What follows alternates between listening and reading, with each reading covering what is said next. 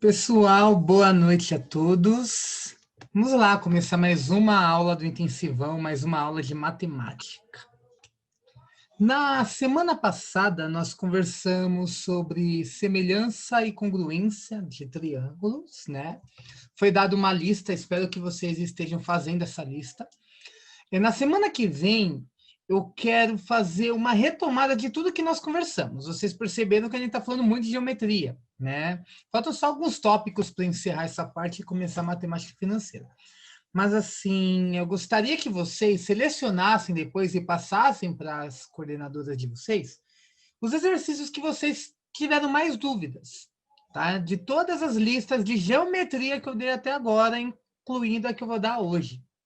Aí eu vou pegar aí umas 2 semanas, umas 2 aulas, para tirar essas dúvidas com vocês, tá bom? Vamos lá então. Hoje nós vamos conversar sobre trigonometria no triângulo retângulo e vou mostrar algumas coisas legais também para vocês, tá?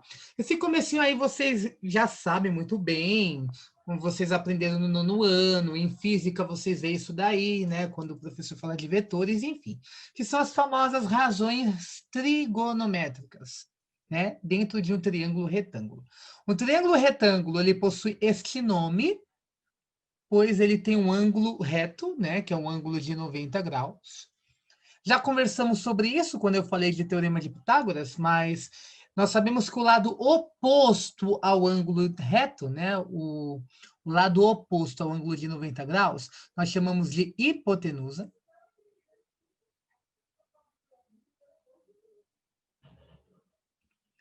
E os outros dois lados nós damos o nome de catetos. Então você tem aqui cateto e cateto. É bom, né, recordar, né, recordar é viver, né, a gente sabe que hipotenusa ao quadrado é igual a um cateto ao quadrado, mais o outro cateto ao quadrado, tá? Chama aqui de C1, C2, para diferenciar os catetos, tá bom? Beleza. Agora nós vamos marcar um ângulo qualquer, né, dentro deste triângulo, vou chamar este ângulo aqui de θ. A partir do momento que eu marquei este ângulo aqui, eu tenho as razões trigonométricas, né? As razões trigonométricas, elas vêm da ideia de semelhança de triângulos, e já já eu mostro para vocês a relação. Mas olha só, eu tenho este ângulo que eu marquei de azul, e nós vamos diferenciar os catetos entre si.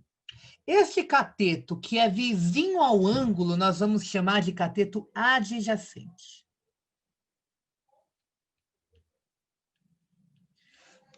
E o cateto que está do outro lado ao ângulo, mas professor, que ângulo você está se referindo? É esse que eu marquei de azul. O cateto que está do outro lado do ângulo, que está oposto ao ângulo, vamos chamar de cateto oposto. Tá? Então, nós temos aí a hipotenusa sempre vai ser o lado oposto ao ângulo de 90 graus, isso você não pode esquecer. Eu marquei o ângulo aqui de azul, que eu tenho o cateto oposto a este ângulo, né, que é o cateto oposto, e o cateto vizinho ao ângulo, que é o adjacente. Lembrando que nós estamos trabalhando aí com um triângulo retângulo.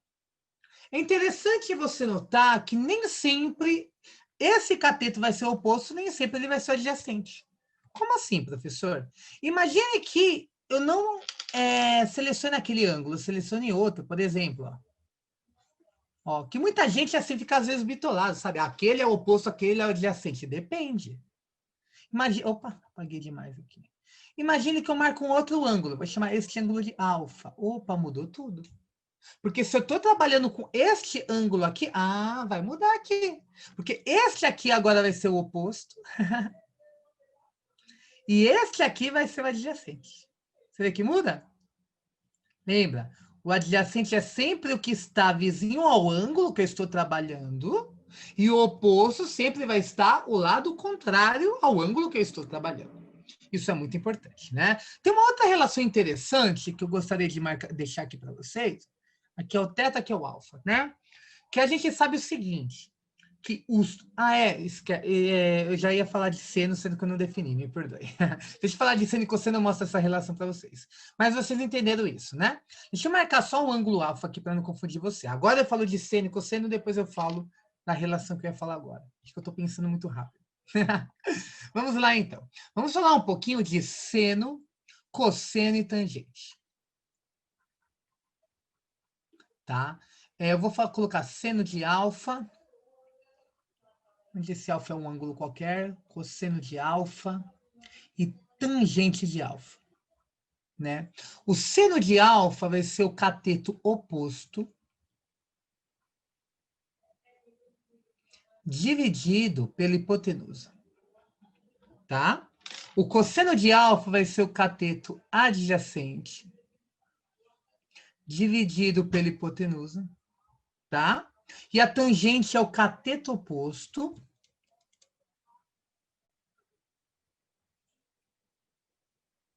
dividido pelo cateto adjacente.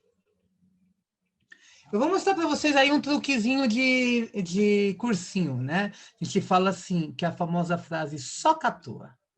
Como assim, professor, só catua? O só catua ajuda você a memorizar. Por quê? Só, o que significa esse só, né?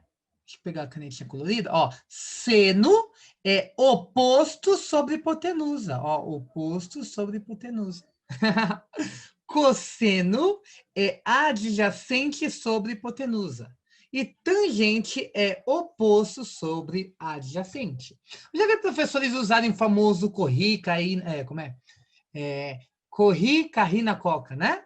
Tá bem, você pode usar se você quiser também. Né? Tem alguns professores que usam, né? Mas eu costumo usar o só catua, né, para você memorizar. Então, só seno é oposto sobre hipotenusa, o cosseno é adjacente sobre hipotenusa, né? E tangente é oposto sobre adjacente, tá? Agora sim, deixa eu mostrar a relaçãozinha para vocês. Se eu chamar esse ângulo aqui de alfa e esse aqui de teta, existe uma relação, agora sim, entre estes ângulos. O seno de teta vai ser igual o cosseno de 90 menos alfa. Exatamente, né? Então, aqui, ó, o seno de teta, né, vai ser igual ao complementar, né, que é 90 menos o outro. Por quê? Porque a gente sabe, existe uma demonstração mais bem elaborada, só vou dar uma ideia para vocês. Aqui eu sei que a soma de todos os ângulos de um triângulo é 180. Aqui é 90 graus, né? Então, eu sei que a soma desses dois tem que ser 90. Então, se aqui é teta, né? Este ângulo aqui vai ser 90 menos teta, que vai ser o meu alfa, né?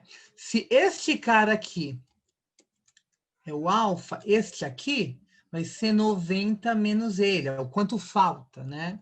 Aí dá para trabalhar um pouquinho nessa demonstração. A gente chega aqui, o seno de teta é igual ao cosseno de 90 menos o outro ângulo. Assim como eu posso falar assim, que o cosseno de teta é igual ao seno de 90 menos o outro ângulo, né? E a mesma coisa serve para o alfa. Se eu falasse assim, seno de alfa é igual ao cosseno, só arrumar para ficar, igual ao cosseno de 90 menos teta, e o cosseno de alfa igual ao seno de 90 menos alfa. Menos teta, perdão. Tá bom? Vamos trabalhar um pouquinho essas ideias de seno e cosseno? Vamos lá, então. Deixa eu só mudar aqui o slide. Um exercício bem tranquilo, só para a gente construir aí a linha de raciocínio, tá bom? A Torre Eiffel é uma torre treliça de ferro do século XIX, localizada na Champs-Élysées, né? Se tornou ícone mundial, né? Agora sim, a torre, que é o edifício mais alto da cidade, tem 324 metros de altura, isso é importante você saber.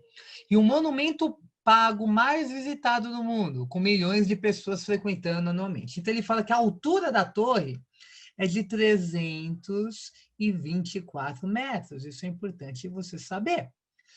Tá? Ele fala assim, o visitante observa o topo da torre sobre um ângulo de 30 graus, com a horizontal, utilizando uma luneta com tripé.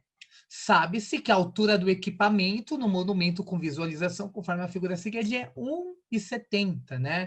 Então, assim, ele está mirando aí, né, o topo da torre, sabe que a altura, né, dessa luneta é de 1,70, tá bom?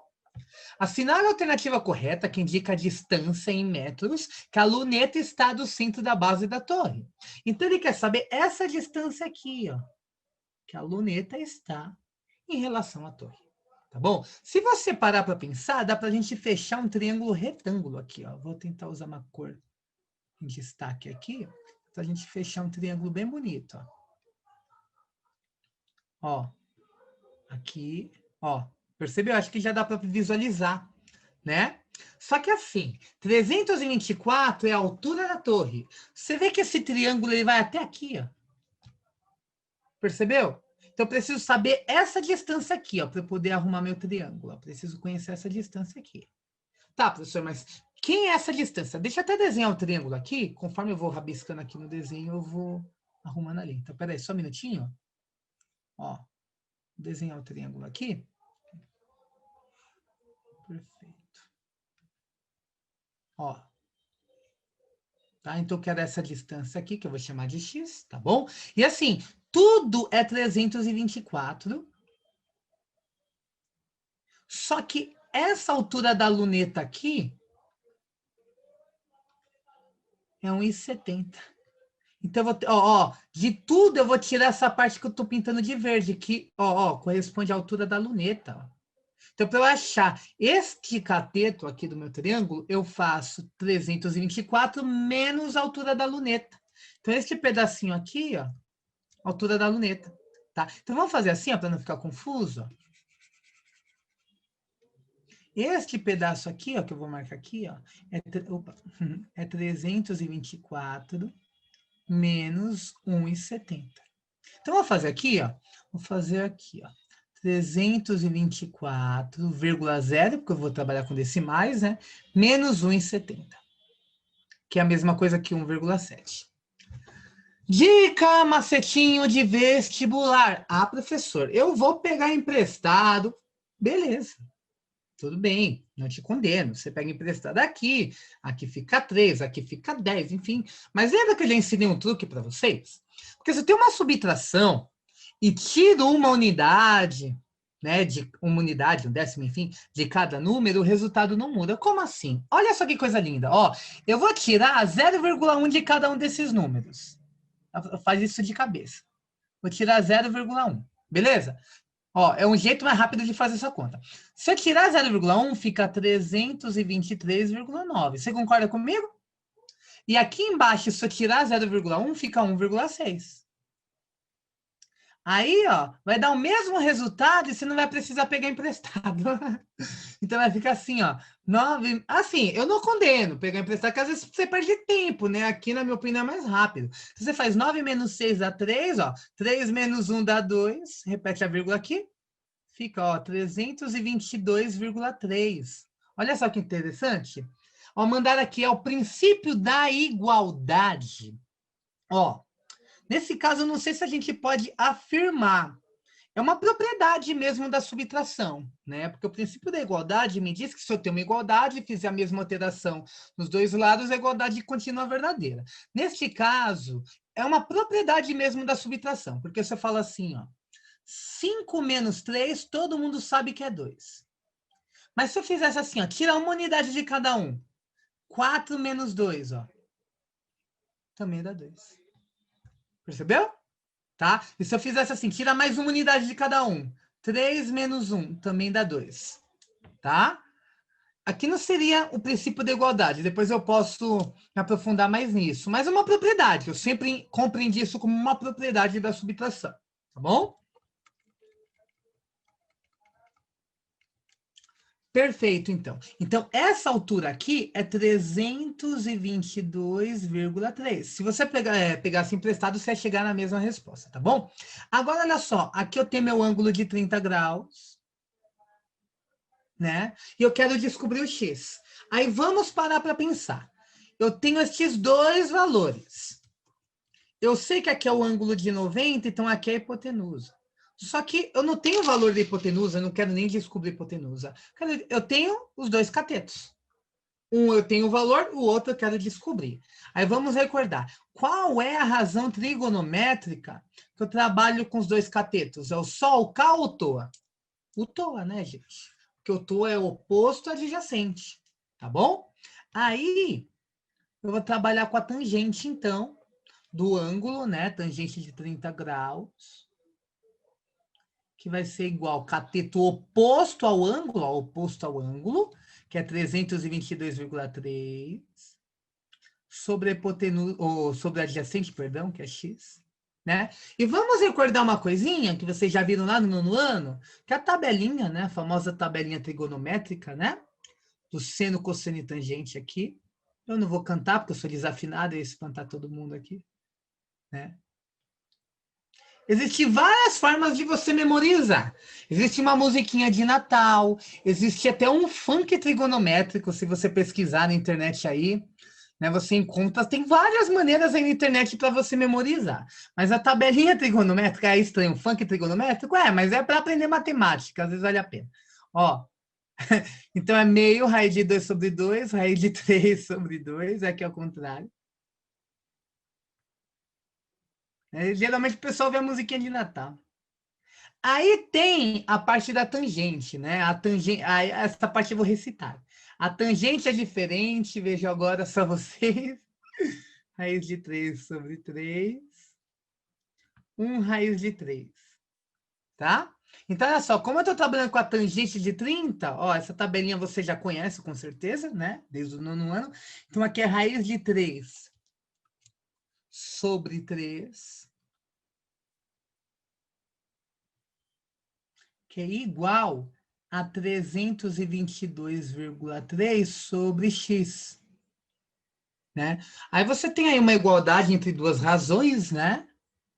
Multiplica cruzado, do jeito que você está acostumado lá na regra de 3. Então, você tem o seguinte, ó, que raiz de 3 vezes x é igual a 3 vezes 322,3. Eu vou dar uma dica do fundo do meu coração, né? Assim, qual é a tendência, né, da pessoa fazer aqui, ó? Já fazer essa multiplicação, mas espera, deixa para multiplicar tudo no final, pode ser que você vai cancelar algumas coisas aí, ó. Presta atenção. Ah, professor, mas eu sou adepto a multiplicar. Pode multiplicar, mas olha só. Eu vou pegar esse raiz de 3, vou passar dividindo. Então, eu tenho que o x é igual a 300, ou melhor, 3 vezes 322,3 dividido pela raiz de 3. Aí, como eu tenho raiz no denominador, eu vou racionalizar. Racionalizar é multiplicar pela raiz, né? Em cima e embaixo. Aí eu vou ter o seguinte, ó. X é igual a 3, ainda não vou multiplicar, vezes 322,3, vezes raiz de 3, sobre raiz de 3 com raiz de 3, raiz de 9, que a gente sabe que é 3, vamos arrumar aqui, ó. Aí vai dar assim, ó. Aqui eu só vou dar uma arrumadinha, vai ficar x que é igual a 3 vezes raiz de 3 vezes aquilo ali. 3 raiz de 3 vezes... Ou melhor, eu vou deixar do jeito que tá. Acho que vai ficar mais fácil de você entender. 322,3 raiz de 3 sobre raiz de 9, gente, que é 3. Ó, porque eu falei que não era para você multiplicar, ó. Porque aqui cancela, ó. Então, você tem que o seu x é igual a 322,3 raiz de 3, né? Estou trabalhando em metros, né? Que vai ser a alternativa C, né? Letra C. Tá bom? Tranquilinho, né? Alguma dúvida? Pro? Alguém mandou alguma dúvida para você?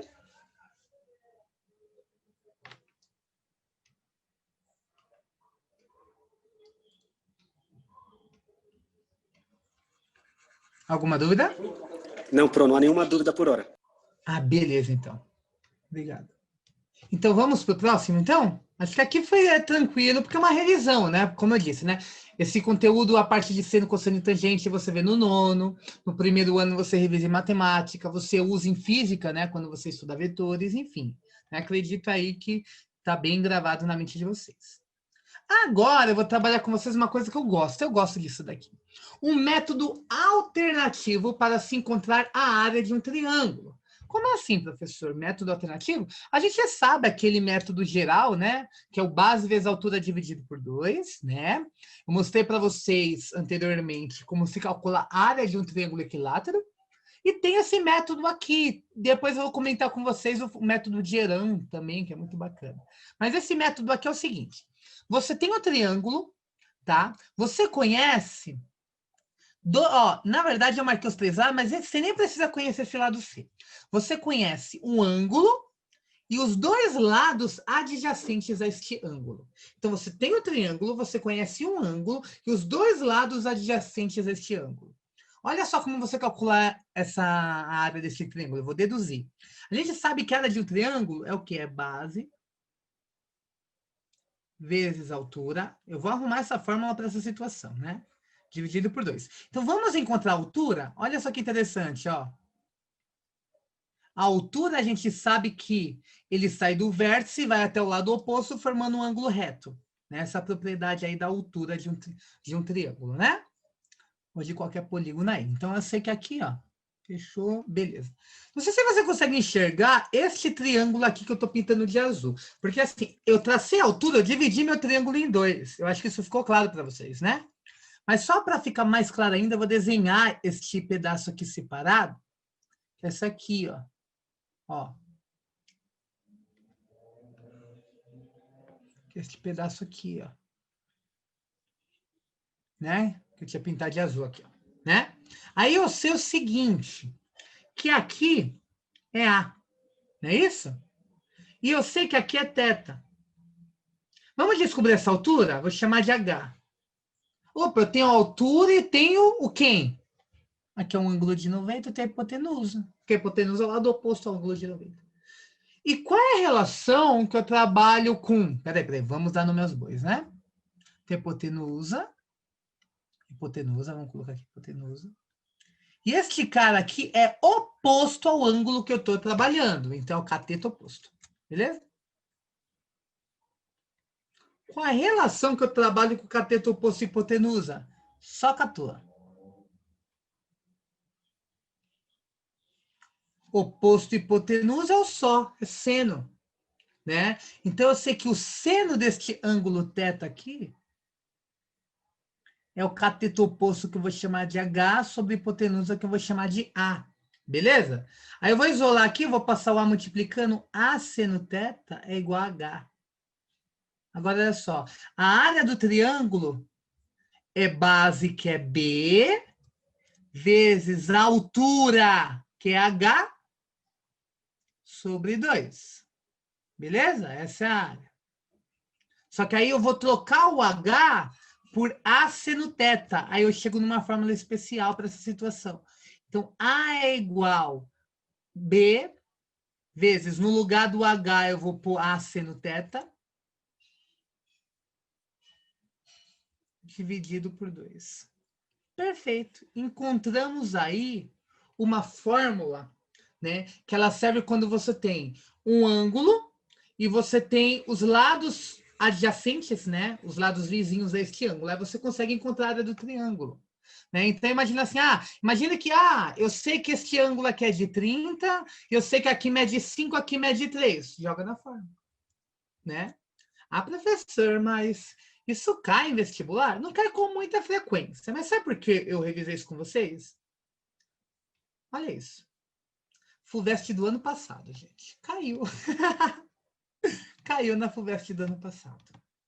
Né? Deixa eu voltar aqui. Às vezes você está copiando, dando print, né? Aqui, ó. Então, é B vezes A, ou A vezes B, tanto faz. Seno do ângulo, dividido por 2. Isso quando você tem um ângulo, os lados adjacentes a este ângulo, né? E você quer calcular a área. Agora vamos para o exercício da FUVEST do ano passado. Lembro quando... Porque assim, tem uma mania, né? De no dia da FUVEST, né? Geralmente eles disponibilizam a prova à noite, né? Por volta das 7 horas. Aí eu sempre vejo, né? Aí quando eu vi esse exercício ano passado, eu fiquei muito feliz. Eu falei, nossa, caiu. Aí você vai falar assim, professor, FUVEST 2020 mas foi ano passado? A FUVEST era sempre assim. Então, assim, FUVEST para os ingressantes de 2020, ela é dada em 2019. Entendeu?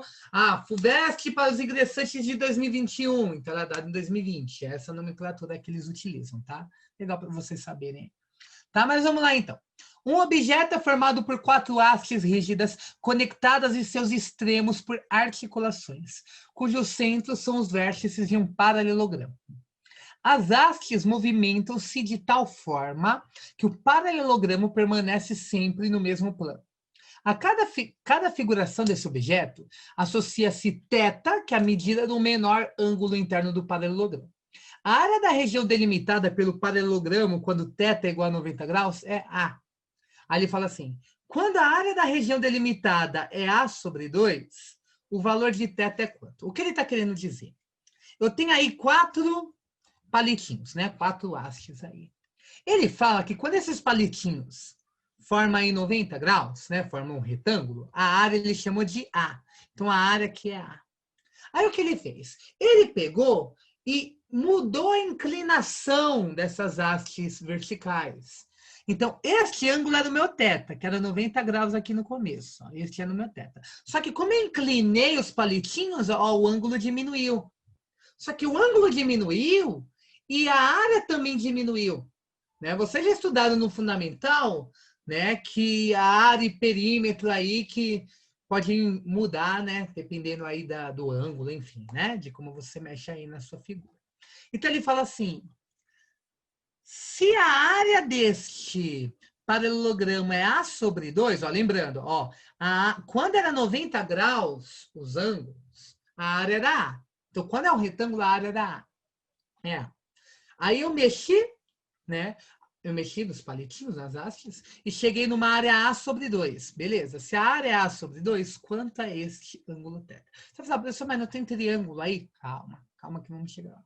Primeiro, vamos dar nome aos bois, né? Eu sempre essa frase aí bem convincente, né? Vamos dar nome aos bois. Base e altura, vamos chamar de B e A. Pode ser? Base e altura? Né? Nesse caso aqui do retângulo, né? Aí, olhando o retângulo,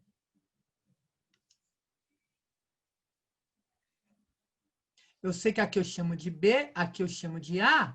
Aí, quando eu faço B vezes A, tem que dar a área que é A. Beleza? Aí, vamos olhar para o paralelogramo. A gente já estudou sobre paralelogramo, né? Não sei se você se recorda. A área de um paralelogramo também é base vezes altura. Só que assim, o que você não pode se confundir é o seguinte.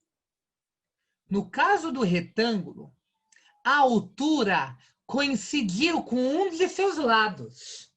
Não é isso? Eu fiz B vezes A. No caso da altura, né, a altura do retângulo coincide com um de seus lados. Né? No caso do meu paralelogramo, que está mal feito, inclusive, deixa eu arrumar aqui. No caso do meu paralelogramo, vou deixar assim, gente, para vocês entenderem o desenho. No caso do meu paralelogramo, é base vezes altura, só que a altura não é necessariamente um de seus lados. Então, aqui é B, tá? O desenho está mal feito, mas vocês entendem.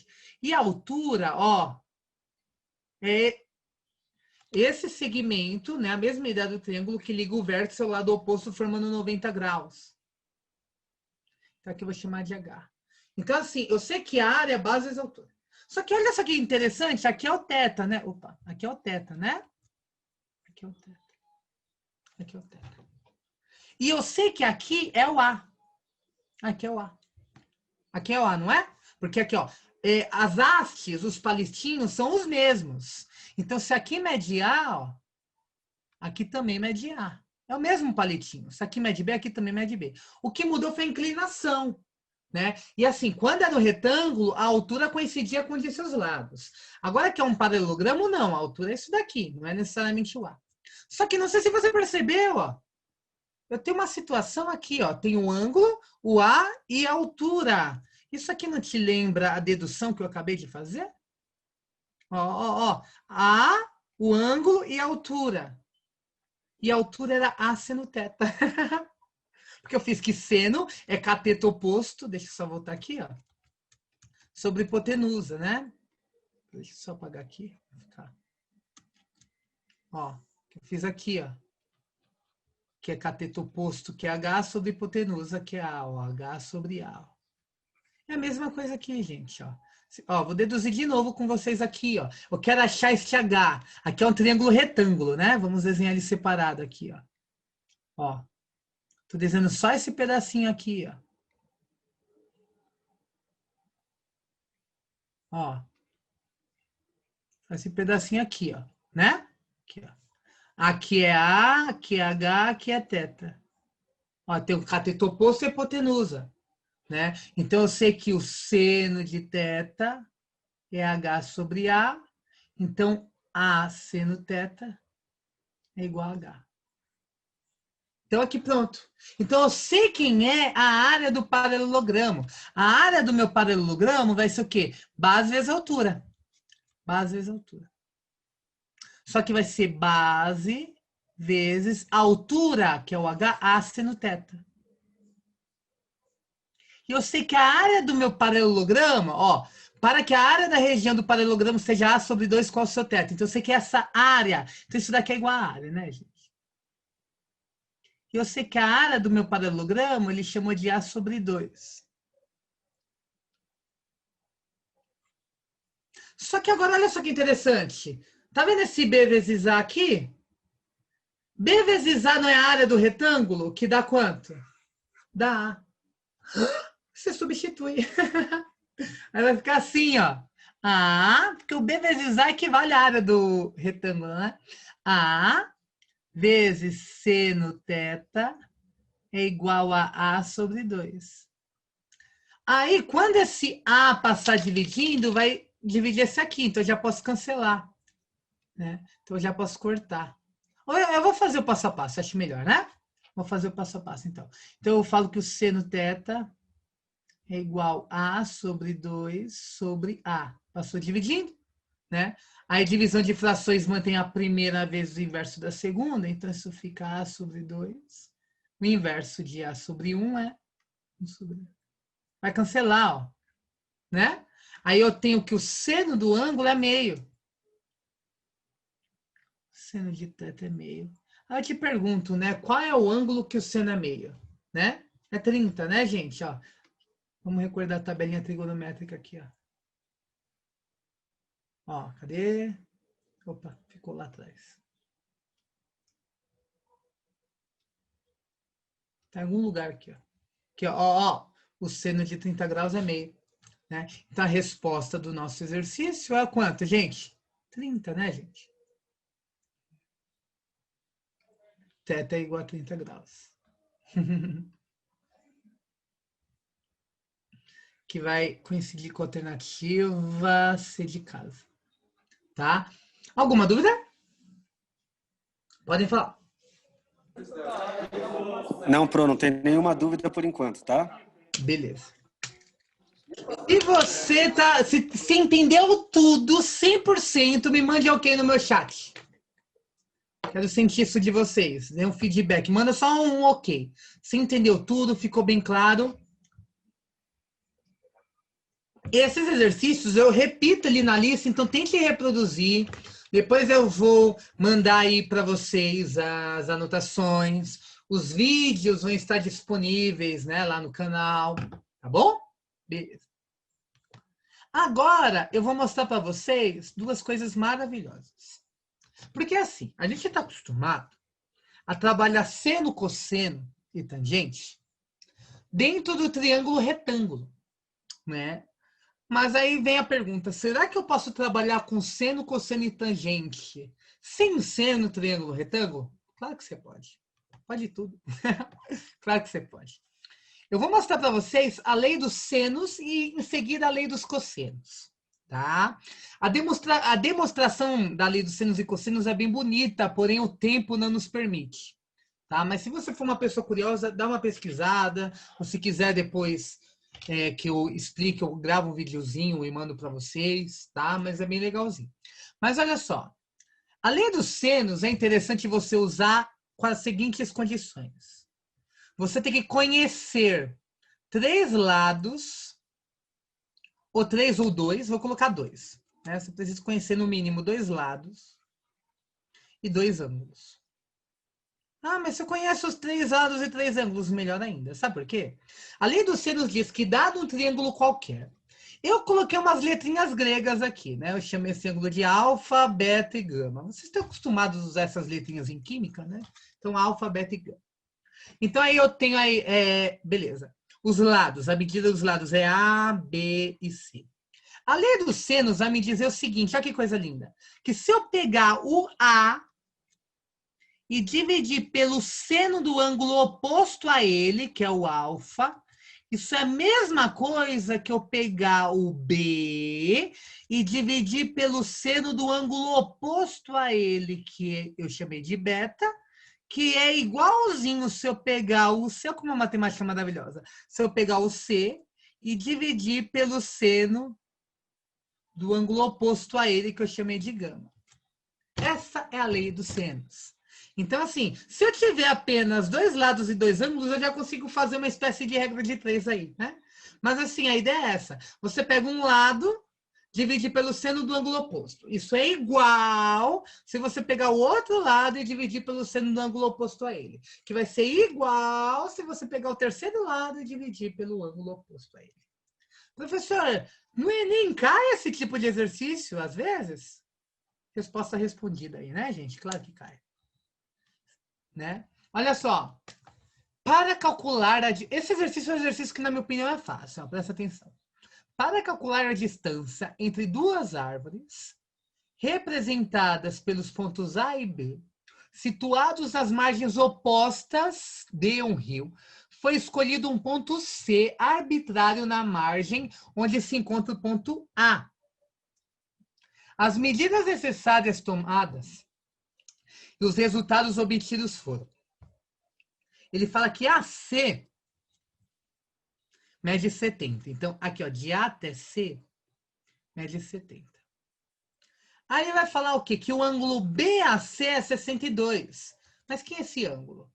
Vocês sabem interpretar ângulos, né, gente? Se é um ângulo BAC, o vértice desse ângulo está no A. Então, ele é assim, ó, é BAC. Então, é este ângulo aqui, ó, que é o BAC. O vértice é sempre a letrinha do meio. Então, o ângulo BAC é 62 graus.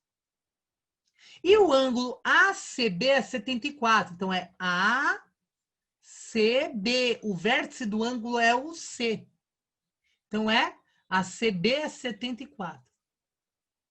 Deixa eu só tirar aquele tracejadinho aqui para não confundir você. Opa, apaguei demais. Tá? Deixa eu só arrumar aqui, ó. Beleza? Aí ele está perguntando assim, ó, ele dá quem é o cosseno de 28, dá o seno de 74, o seno de 44. Podemos afirmar que a distância entre as árvores, que eu vou chamar de X. Qual é a distância entre as árvores? Tá bom? Vamos aplicar a lei dos senos. Eu sei que eu posso pegar X e dividir pelo seno do ângulo oposto. Só que eu posso pegar o 70, que é o lado que eu conheço, e dividir pelo seno do ângulo oposto. Aí você vai falar assim, professor, mas ele não deu qual é o ângulo que o vértice está em B. Não precisou ter dado. Sabe por quê? Porque nós sabemos que a soma dos ângulos de um triângulo é 180. Então, este ângulo aqui que eu vou pintar de preto é quanto falta para 180. Tá? Eu vou chamar ele de tetinha. Esse tetinha aqui, ó, é só você pegar, deixa eu apagar esse rascunho aqui ao lado. Eu pegar 180, ou melhor, eu somo esses dois e tiro do 180. Então, eu faço 62 mais 74. Aqui dá 6, não é isso? Aqui dá 136. Aí eu faço 180 menos 136. Ó, precisa pegar emprestado? Não, sabe o que você faz? Peraí que eu coloquei o grau ali, não precisa. Sabe o que você faz? Peraí. Tira uma unidade de cada um. Ó, que coisa, ó, fica 179 menos 135. Vai dar a mesma resposta e não precisa pegar emprestado. Professor, mas quando eu faço tirar uma unidade, pode tirar 2, 3? Pode, desde que você consiga aí fazer uma subtração que não pega emprestado. Tá? 9 menos 5 dá 4, 7 menos 3 dá 4, opa, dá 44. Ó, para você ver que eu não tô te enganando, ó, você pegar assim emprestado, vai ficar 7, 10, 10 menos 6, 4, opa, ó, 7 menos 3, 4, 1 menos 1, 0, da mesma resposta. Tá? Então, este tetinho aqui é 44, tá? Pronto. Aplica a lei dos senos, porque o x está para o seno de 74. Assim como o lado que eu conheço, que é o 70, está para o seno de 44. Tá? Então, 70. Ah, professor, mas naquela tabela do 1, 2, 3, 3, 2, 1, eu não sei quem é o seno, o cosseno de 74. Não, o exercício te dá, gente. Ó, porque ele fala aqui, ó, que o seno de 44, ou melhor, o seno de 74 primeiro é 0,96. Então, eu tenho aqui que x sobre 0,96 é igual a 70 sobre o seno de 44, que eu vou marcar aqui de outra cor, que dá 0,70. Já vou pôr 0, vou deixar assim, 0,70. Ia pôr 0,7. Pronto. Regrinha de 3, né? Eu tenho uma igualdade entre razões, né? Então, eu faço a multiplicação cruzada aqui. Pronto, você acha o seu valor. Que coisa, né? Então, eu tenho que 0,70 vezes x é igual a 0,96 vezes 70. Tá? Aqui você deve saber, né? Multiplica o 0,96 por 70, enfim. Mas eu vou mostrar para você... Peraí que eu fiz... Peraí, tá certo? Tá. Eu vou ensinar para você mais um truque de vestibular, pode? 0,70... Acho que eu já falei isso em alguma ocasião. É a mesma coisa que eu copiar sem a vírgula, que fica 70, sobre... Quantos números eu tenho depois da vírgula? 2. Então, é sobre 100. Se fosse 3 números depois da vírgula, seria sobre 1000. Para facilitar a sua vida. O 0,96, só para facilitar, para não trabalhar com decimal, sabe? Então, isso daqui é 96 sobre 100 também. Porque eu copio sem a vírgula, aí eu coloco 1 e o número de zeros é o número de casas depois da vírgula. Então, aqui fica, 70 sobre 100x, que é igual a 96 sobre 100 vezes 70. Né? E olha que coisa maravilhosa, gente. Você pode muito bem, cortar esse zero com esse zero, esse zero com esse zero. Podia até ter cortado 70 com 70, né? Aí fica assim, 7x sobre 10, que é igual a 96 vezes 7 sobre 10. E olha que coisa maravilhosa, porque se esse 10 aqui, passar multiplicando, ele vai cortar com esse, então eu já corto direto. Né? E esse 7 passa dividindo, já vai cortar com esse. Então, o x, é igual a 96 metros. Alternativa correta, D de dado. Tá? Alguma dúvida? Se você multiplicasse decimais, passasse dividindo, você chega na mesma resposta. Eu só ensinei um atalho aqui. Alguma dúvida? Não, Pro, não tem nenhuma dúvida por enquanto, tá? Beleza. Então, vamos... Para finalizar, eu vou ensinar para vocês agora a lei dos cossenos, tá bom? Opa, acho que alguém me mandou algo aqui. Repete esse atalho. Eu repito, tá? Vou repetir. Vocês entenderam aqui que daria para eu multiplicar, né, o 0,96 por 70, depois dividir por 0,70, né? Beleza. Mas assim, o atalho é o seguinte, O 0, eu vou te ensinar um outro exemplo assim, Se eu escrevesse assim, 1,723. Isso seria 1723 dividido em 1. Quantas casas depois da vírgula? 3. Então, seriam 3 zeros. Se fosse assim, 2,41. Seria 241 sobre 2 casas depois da vírgula, sobre 100. Tá? É isso que eu tô querendo mostrar para você. Então, aqui deixa eu só apagar aqui, o 0,70 é 70 sobre 2 casas depois da vírgula. 100. Então, o número de casas depois da vírgula equivale ao número de zeros. 0,96 é 96 sobre, copio 1, quantas casas depois da vírgula? 2.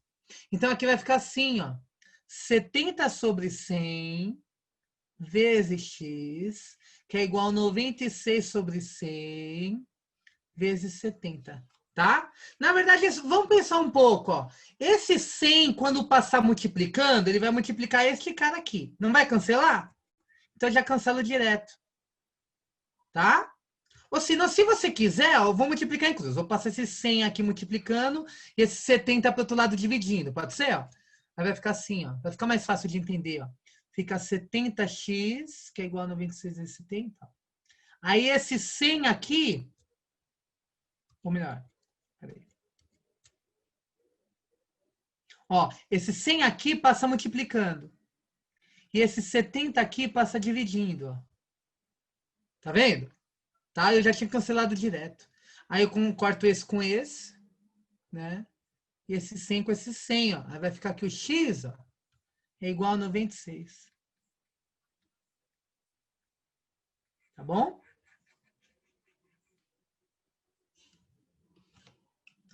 Essa regrinha só vale se os números tiverem a mesma quantidade de casas depois da vírgula? Não, o que você está falando, se for exato sobre isso aqui, tipo 3,2154. Copia ele sem a vírgula, sempre vai dar certo. Aí vai ficar 1 sobre quantas casas depois da vírgula? 4, então coloca 4 zeros. Tá bom? Beleza? Aí aqui, por que eu cancelei, né? Porque esse 100, quando passa multiplicando aqui, ó, vai cancelar. E esse 70, opa, peraí. Esse 70, quando passa dividindo para o outro lado, ó, vai cancelar também. Tá bom? É isso só.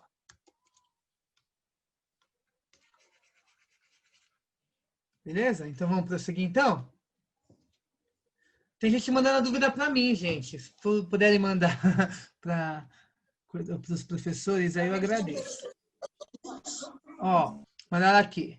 Se tivesse 0,7 e 0,096, ó, 0,7, copia o 7 sobre quanto? É uma casa depois da vírgula, então é 7 sobre 10.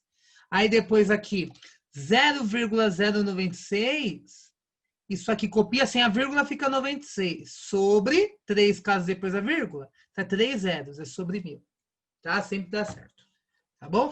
E isso é bom, porque assim, na maioria dos casos você usa essa regrinha e você acaba não trabalhando com decimais. Né? Facilita a vida. Por isso que eu sempre digo, eu prefiro frações a decimais. Tá bom? Tá? Mais alguma dúvida? Podemos prosseguir? Para finalizar?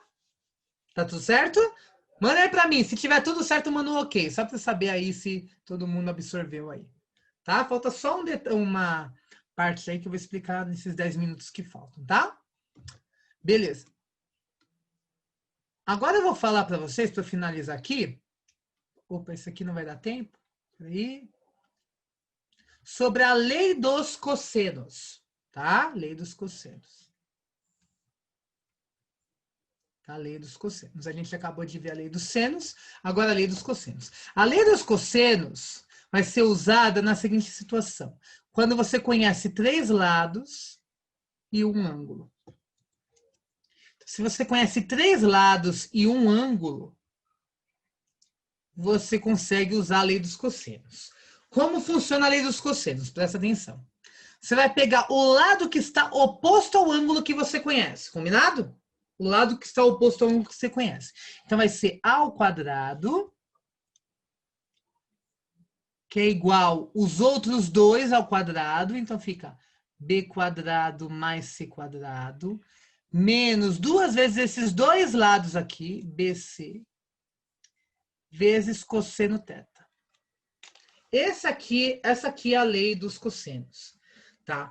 Para você não focar sempre nesse caso, se por acaso eu conhecesse este outro ângulo aqui, ó, se meu θ fosse esse ângulo aqui, ó, ia mudar. Porque ia ser c ao quadrado, você pega tipo o lado que está oposto ao ângulo. Ia ficar c ao quadrado, aí que é igual aos outros 2, que é b e a, menos 2 vezes esses 2 aqui, ó, vezes cosseno θ. Ah, professor, mas se o meu θ tivesse aqui, ó. Se meu θ tivesse aqui. Ah, então quem é o lado que ia estar primeiro? O B, né? É sempre o lado oposto primeiro, tá? Então é b quadrado, que é igual aos outros 2 ao quadrado somando. Tanto faz a ordem, tá? A mais c quadrado. Menos 2 vezes esses 2 lados, vezes o cosseno θ. Tá bom? Essa aqui é a lei dos cossenos, tá bom? Deixa eu botar o teta onde estava no começo. Tá? Ah, professor, mas isso cai no Enem. Será? Vamos ver se cai no Enem?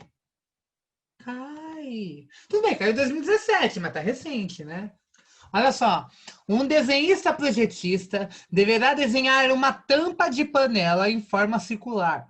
Para realizar esse desenho, ele dispõe no momento de apenas um compasso, cujo comprimento das hastes é de 10 centímetros, um transferidor e uma folha de papel com plano cartesiano. Para esboçar o desenho dessa tampa, ele afastou as hastes do compasso, de forma que o ângulo formado por essas hastes, né, é de 120 graus.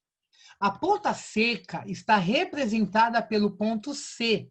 Ponta seca é aquela ponta, né, que afiadinha, né, que você coloca para você poder fazer o giro, né? Você fixa na folha para fazer o giro. Então, a ponta seca está representada pelo ponto C, perfeito? E a ponta do grafite está representada pelo ponto B. E a cabeça do compasso está representada pelo ponto A, conforme a figura. A cabeça do compasso é aqui, né? Onde você vai girar, né? Aí ele fala assim, após concluir o desenho, ela encaminha para o setor de produção. Ao receber o desenho com a indicação do raio da tampa, verificará em qual intervalo este se encontra e decidirá o tipo de material a ser utilizado na sua fabricação. Então, assim, ele quer saber o valor do raio. Isso que ele quer. Vou colocar até de vermelho. Aí ele quer saber assim, sabendo o raio, em que intervalo está esse R? Ele está entre 0 e 5, está entre 5 e 10, está entre 10 e 15, 15 e 21, 21 e 40. E olha que coisa interessante, ele pede para usar 1,7 quando você tiver raiz de 3. Tá? Agora presta atenção, que coisa interessante. Ele fala que esse compasso, as suas hastes, né, que as suas perninhas medem 10 centímetros. Né? Deixa eu ver se tem um compasso aqui fácil, ó. Mas eu acho que é muito lógico, né, você pensar, né? Tirar a tampa aqui. É muito lógico você pensar que essas hastes têm o mesmo comprimento, né? Essa e essa, né? Então, se as hastes medem 10, aqui mede 10, aqui mede 10. Então, olha só que interessante. Você tem um triângulo, desenhar, tentar reproduzir ele aqui, ó. Você tem um triângulo, já tô acabando, tá? Diogo, se você tiver aí, me perdoe se eu pegar uns 3 minutinhos da sua aula, só para finalizar aqui. Ó, aqui é o raio R, aí aqui é 10, aqui é 10. Então, é 10 e 10. Aí, este ângulo aqui é 120. Perfeito? Opa! Mas peraí. O professor acabou de falar que quando eu tenho 3 lados, tipo, eu tô trabalhando com 3 lados em um ângulo, é o quê? Estou trabalhando com 3 lados em um ângulo, é lei dos, ó, 3 lados em um ângulo é lei dos cossenos. Perfeito? Então vamos lá. Lei dos cossenos. Mas como funciona, né? Lei dos cossenos. Eu pego sempre o lado que está oposto ao ângulo, então é R ao quadrado, que é igual aos outros lados ao quadrado, então fica 10 ao quadrado mais 10 ao quadrado. Menos 2 vezes esses dois lados aqui, né, adjacentes ao ângulo, então é 10 vezes 10. Vezes o cosseno de 120. Você vai falar, quanto é cosseno de 120? Calma aí que a gente já calcula ele. Tá bom? Então, vamos lá. Esse R ao quadrado está acabando. Ó. É igual a 10 ao quadrado que dá 100, mais 10 ao quadrado que dá 100 de novo, menos 2 vezes 10 que dá 20, vezes 10 que dá 200, né? Menos 200 vezes cosseno de 120. Agora eu vou precisar que você esforce um pouquinho e relembre os conceitos de trigonometria ensinados no começo do segundo ano. Como assim, professor? Ó, no começo eu tenho alunos aqui de segundo e terceiro ano, então vocês já viram isso aqui, ó. O ciclo trigonométrico que os professores ensinam, um dos primeiros conteúdos do segundo médio. Conteúdo de matemática do segundo médio. Tá? Conteúdo de primeiro bimestre. Tá mal feito o meu desenho, mas só para você entender. Oi, pode falar. Tem uma pergunta aqui, tá? Pode falar, sem problema. Peraí. Pode falar. Os ângulos de baixo seriam iguais, assim como os lados, ou não necessariamente? Não, não necessariamente, tá? Na verdade, só que você pode garantir aqui, você pode garantir o seguinte, ó, que esse triângulo aqui é um triângulo isósceles, que é 10, 10. Né? Que triângulo isósceles tem dois lados e dois ângulos iguais. Então, eu poderia concluir, poderia até usar a lei dos senos aqui, sabia? Daria até para usar a lei dos senos. Porque aqui, ó, esse ângulo é igual a esse. Por quê? Porque é um triângulo isósceles, que aqui é 10, e os outros ângulos são iguais também. Mas assim, a soma dos ângulos de um triângulo é 180. 180 menos 120 dá 60. Então, eu vou dividir em dois iguais, é 30, 30. Aí daria até para usar a lei do seno, você chegar na mesma resposta. Né? Você ia fazer que esse está para esse está para esse, enfim. Né? Mas beleza, é isso que dá para concluir, porque se vocês se recordam, a lei do, ou melhor, o triângulo isósceles tem dois ângulos congruentes e dois lados congruentes também. Tá? Mas dá para usar a lei dos senos, tá? Na próxima aula, se quiser que eu resolva esse mesmo exercício por lei dos senos, eu resolvo, tá? Mas é isso, tá bom? Mais alguma dúvida? Vamos lá, então, vamos calcular o seno de 120? Oi? Olha só. Vocês devem se recordar, lá no começo do segundo médio, que uma volta completa no ciclo trigonométrico é 360 graus. E metade de uma volta é 180. Perfeito? Aí vamos pensar. E aqui é 90, né? Isso daqui acho que você se recorda, né? Aqui é 270. E quando no começo aqui é 0, quando eu dou a volta completa é 360, né? É o começo de trigonometria do segundo médio. Vamos pensar. O 120, ele está entre 90 e 180. O 120 está em algum lugar aqui, ó, mais ou menos aqui. Né? Entre 90 e 180. Aqui está o meu amigo 120. Aí, vamos observar este arco aqui. Ó. Do 180 para o 120, eu tenho uma diferença de quantos graus? 120 para o 180 são 60 graus. Então, este arco aqui mede 60 graus. Entendeu? Então, o seno de 120 é igual o seno de 60. Porque o arco tem a mesma medida, né? E o seno de 60 eu vou desenhar aqui, ó. Tá? São ângulos equivalentes, tá bom? Só que a única coisa que você precisa ver agora é o sinal, tá? Não sei se vocês lembram, depois a gente vai ter uma aula só de funções trigonométricas, mas não sei se vocês lembram que o seno é uma função sem sono. Ah, e eu tô falando de cosseno, né, gente? Cosseno de 120 é igual ao cosseno de 60. É o cosseno, né? Enfim. O seno é sem sono e o cosseno é com sono. Espera aí. Deixa eu apagar aqui, ó. Já tô acabando, tá? Ó. Vou desenhar os dois aqui, ó. Isso aqui com certeza você deve lembrar. Tem professores que usam outras regrinhas, né, para memorizar isso, né? Mas a grande maioria usa essa. Seno é sem sono, cosseno é com sono. Aí o seno é sem sono, então ele é positivo nos quadrantes de cima e negativo nos de baixo. Ó, olhinhos para cima, boquinha para baixo. O cosseno é com sono, então ele é positivo na direita e negativo na esquerda. Né? Então, como 120 está na esquerda e eu quero ver o seu cosseno, né? Então, na esquerda, o cosseno é negativo. Então, cosseno de 120 é igual ao cosseno menos cosseno de 60. Né? Deixa eu apagar o seno, que eu não vou trabalhar com seno aqui. Tá? Então, lá em cima, vamos arrumar? Então, fica menos 200 vezes menos cosseno de 60. Perfeito? Só que o cosseno de 60 é quanto, né? Vamos ver aqui que eu tinha trabalhado. O cosseno de 60, ó, é meio, né? 1, 2, 3, 3, 2, 1, tudo sobre 2. Tá? Então, o cosseno, na verdade, peraí. Na verdade, eu esqueci de pôr o 120 ali, me perdoe, tá? Né? Peraí. Ah, não, estou na imagem errada. Perdão. É aqui. Tá certo. Então, aqui, ó, o quociente de 60 é meio. Então, fica R quadrado, que é igual a 100, tá acabando, mais 100 menos 200 vezes menos, né? Quociente de 60 é 1, 2, 3, 3, 2, 1, então é menos meio, né? Aí, ó, tá acabando. Então, eu tenho que o R quadrado é igual a 100 mais 100 menos 200 vezes menos 1 dá 200 positivo, né? Dá mais 200, tá? Sobre 2, tá bom? Então, eu tenho 200 por 2 dá 100. Então, R quadrado é igual a 100 mais 100 mais 100.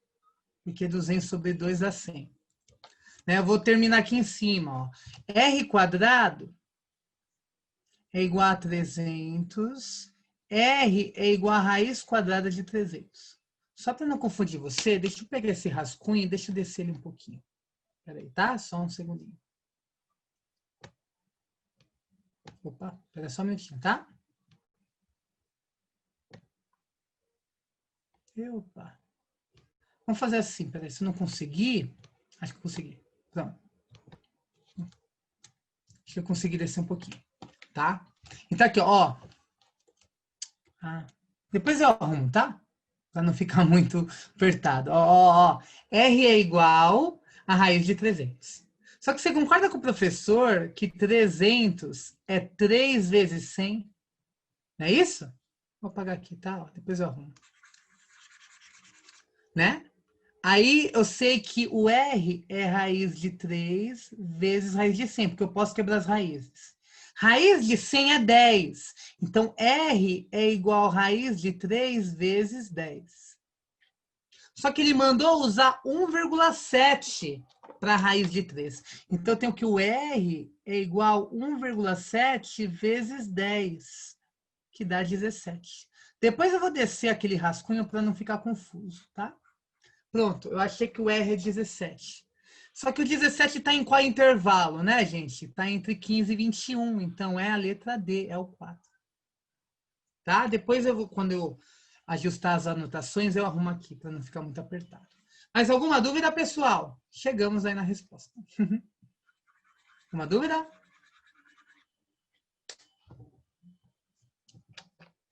Pro? Alguma dúvida? Não, Pro, não tem nenhuma dúvida por enquanto. Beleza, então é isso, pessoal. Né, eu peguei um pouquinho do tempo, mas foi para finalizar. Né? Algumas coisinhas aqui rapidinho.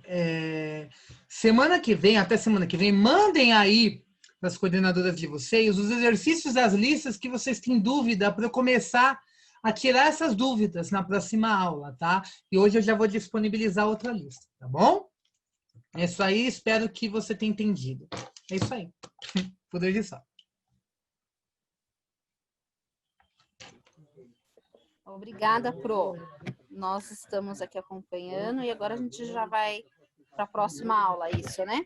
A gente está aqui acompanhando vocês. Eu e o Guilherme estamos atentos aí à aula. Percebemos que os alunos tiveram poucas dúvidas hoje, porque então, zero, né? De dúvidas, então eles aprenderam tudo. Amém. Vamos então, com certeza. Explicou direitinho ali, até eu relembrei tudo. Então, agora a gente já vai para a próxima aula para a gente dar continuidade. Oi, Val. Pessoal, vamos dar um intervalinho aí de 2 minutinhos, né? O pessoal dá uma descansadinha, ir ao banheiro, beber uma água. Aí, enquanto isso, eles retornam e já começam a próxima aula. Tá bom, Val, combinado. Então tá, pessoal, aproveita aí, dá uma esticadinha e bebe uma água e a gente retorna em 2 minutinhos. Tchau, tchau, pessoal. Até semana que vem.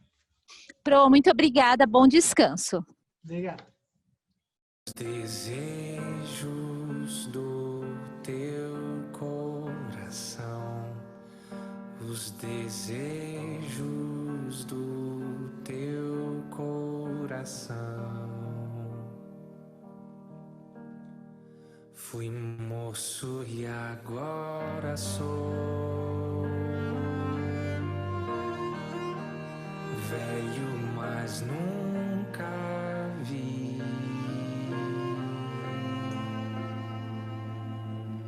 o justo desamparado,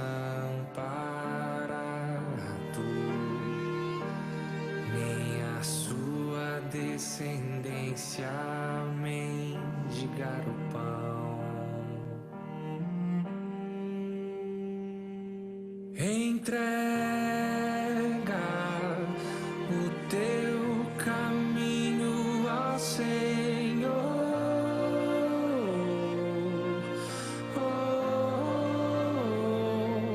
Confia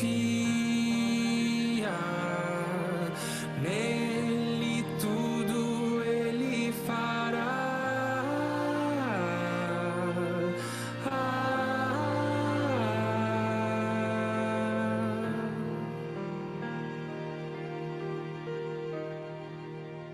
Agrada-te do Senhor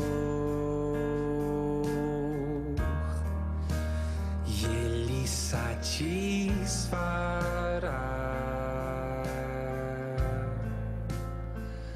os desejos do teu coração, os desejos do teu coração. Fui moço e agora sou velho, mas nunca vi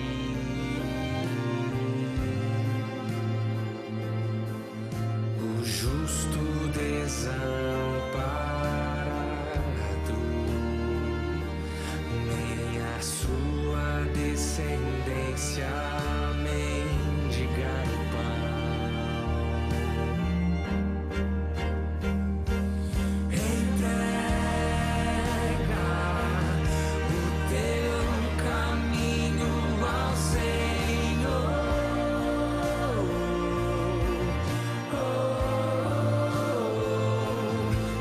Confia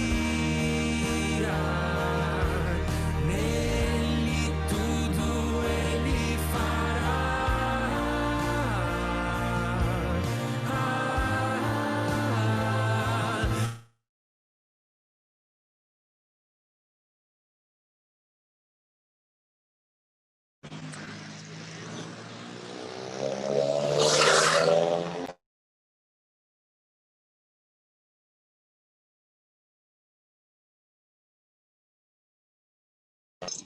Oi, Pro.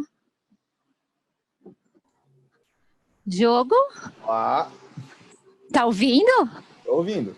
Ah, então tá bom. Pro, boa Tudo bom? noite. Boa Tudo e noite. você? Tô bem, graças a Deus. Então tá, tem uma galera animada aí te esperando. Opa, maravilha. A galera animada que eu gosto. Então, boa aula, Pro. Muito obrigado. Fala, pessoal. Boa noite, tudo bem com vocês? Espero que todos vocês estejam bem. Qualquer dúvida durante a aula, gente, vocês podem estar mandando para mim mesmo, tá? No meu privado, que eu já vou respondendo vocês, naquele mesmo esqueminha que a gente vai fazendo. Né? Eu prefiro desse jeito, acho que a interação fica mais legal. Então, no discorrer da minha aula, se tiver qualquer dúvida, você pode mandar para mim, pode mandar para os professores também, né? Que eles também vão estar me auxiliando. Mas se já quiser mandar direto para mim, fique à vontade. Beleza? E é isso, gente. Espero que todo mundo esteja bem. E vamos que vamos para o nosso intensivão de geografia de hoje. Semana passada a gente estava falando sobre geografia física, né? E eu falei para vocês que eu ia separar, né, a aula, porque a geografia física é realmente muito extensa, né? É impossível a gente tratar de todos os assuntos da geografia física em uma aula só. Eu deixei para falar sobre a hidrografia nessa aula de hoje, tá? Então, vou estar abordando aí toda não, né, mas as partes mais importantes da hidrografia, porque também é muita coisa, tá? E se tudo der certo, a gente consegue finalizar isso aqui hoje. Vamos lá.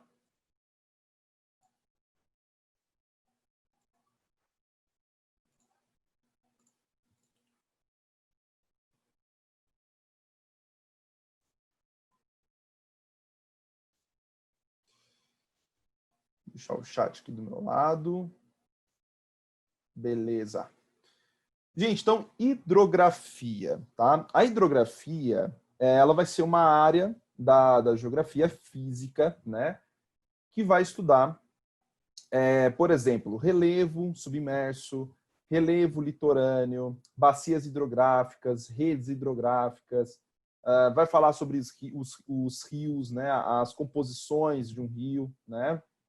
A nascente, a foz, vai falar também vai estudar, né, sobre os vários tipos de foz que existe, vai estudar sobre os oceanos, os mares, os tipos de mares, correntes marinhas. Então, assim, é uma área da geografia, né, que estuda muita coisa, né, relacionada a essa parte hídrica do nosso planeta Terra, tá? E vamos lá. Primeiramente, vamos ver sobre o relevo submerso. Assim como nós temos o nosso relevo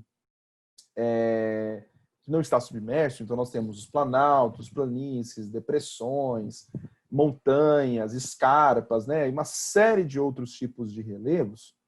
Quando nós adentramos o mar, né, e vamos indo para as profundidades, né, oceânicas, nós também vamos encontrar formas de relevo, né, e nós chamamos de formas de relevo submerso, porque estão, né, abaixo do nível do mar, tá?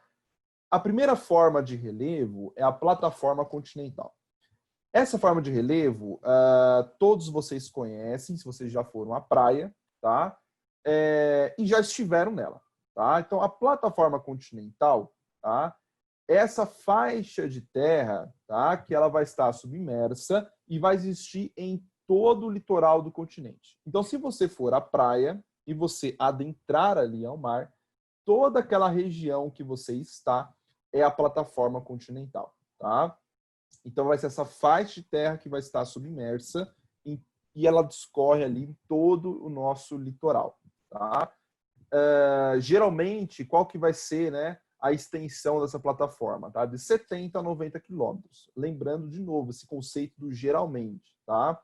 Eu sempre coloco isso porque, né, eu expliquei na aula passada. Antigamente, né, quando eu estava lá no fundamental, depois fazendo médio, o pessoal trabalhava muito assim. A extensão é disso, aquilo, e é lei. Só que nem sempre é assim, né?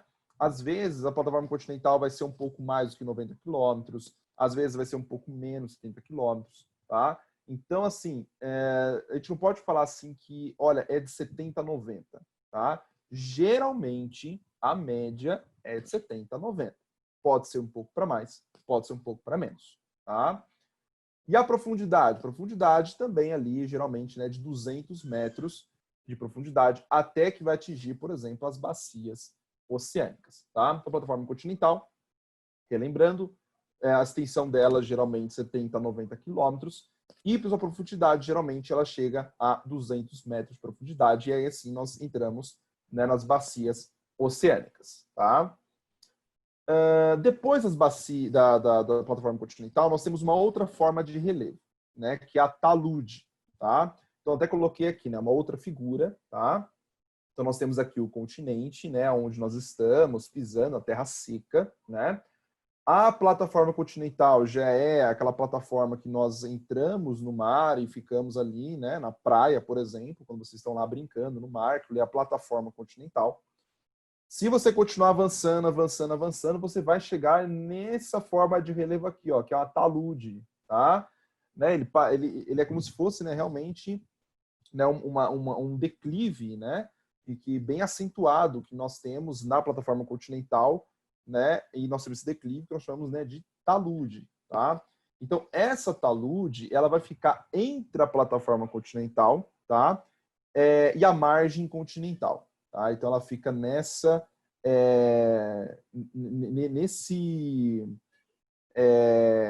oh meu Deus, fugiu a palavra aqui, nessa localidade, tá?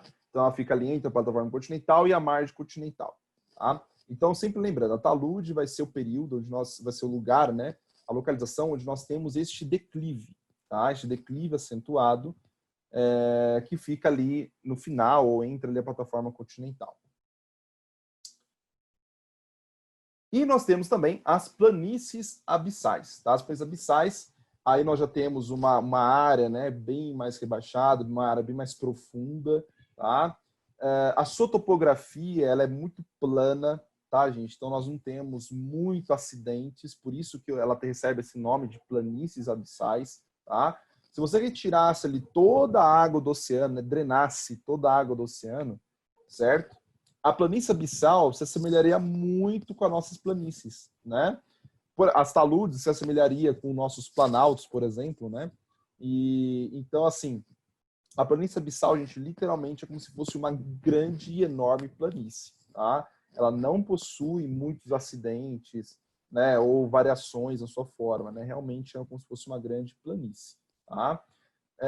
Geralmente ela vai estar situada onde, né? Vai estar situada com mais de 4.000 metros de profundidade, ou seja, já é uma região bem profunda. Tá? Temos também as dorsais oceânicas. Tá? O que são as dorsais oceânicas? Vocês sabem, gente, que o nosso planeta, né, ele é composto por inúmeras placas tectônicas. E as placas tectônicas, elas não se limitam apenas, né, a alterar o relevo do nosso continente. Tá? As placas tectônicas, elas também, o seu choque, né, o tectonismo, o vulcanismo, tudo, ele também vai alterar o relevo que está submerso. Tá? Então, assim, tem umas pessoas que pensam que embaixo da água não existe vulcão, né, que a água ali não vai existir esses fenômenos. Tá? Mas muito pelo contrário, existe, tá? Existe vulcões submersos, existe terremotos, né, submersos, que nós chamamos, né, de maremotos, tá? Que pode gerar, por exemplo, tsunamis. E todo esse tectonismo que existe também embaixo da água vai fazer com que se constitua essas dorsais oceânicas, né? Que elas vão lembrar muito, né? A gente foi equiparar. Professor, vai se parecer com o quê? Vai se parecer com nossos dobramentos, né, recentes que nós temos aqui na nossa superfície, né? Aquelas cadeias de montanhas, cordilheiras. Então, literalmente, nós temos também cordilheiras e montanhas que estão submersas, tá? Que estão embaixo do oceano, tudo bem? Essas cordilheiras de montanhas, essas cadeias de montanhas que nós temos embaixo da água, elas se originam da mesma forma que as nossas montanhas aqui na superfície, tá? Então, por causa ali, né, do afastamento, do choque das placas tectônicas. Tá? Existe também uma outra forma, né, que essas dorsais oceânicas elas surgem, tá? Inclusive as ilhas também, as ilhas surgem dessa maneira, ilhas vulcânicas, por conta das erupções, né, vulcânicas, do escape do magma, né, que vai ocorrendo, que as placas muitas vezes estão se afastando, e ela forma uma rachadura, e dessa rachadura sai o magma, e nós chamamos isso de vulcão submerso. Então, dessa rachadura que sai o magma, por causa das placas que estão se afastando, esse magma, ao contato com a água, ele se resfria, né, instantaneamente, e ele vai se acumulando, né, em rochas magmáticas aí durante um bom período de tempo, até que ela pode atingir a superfície. A partir do momento que ela atinge a superfície, né, nós chamamos isso de ilhas vulcânicas. Tá?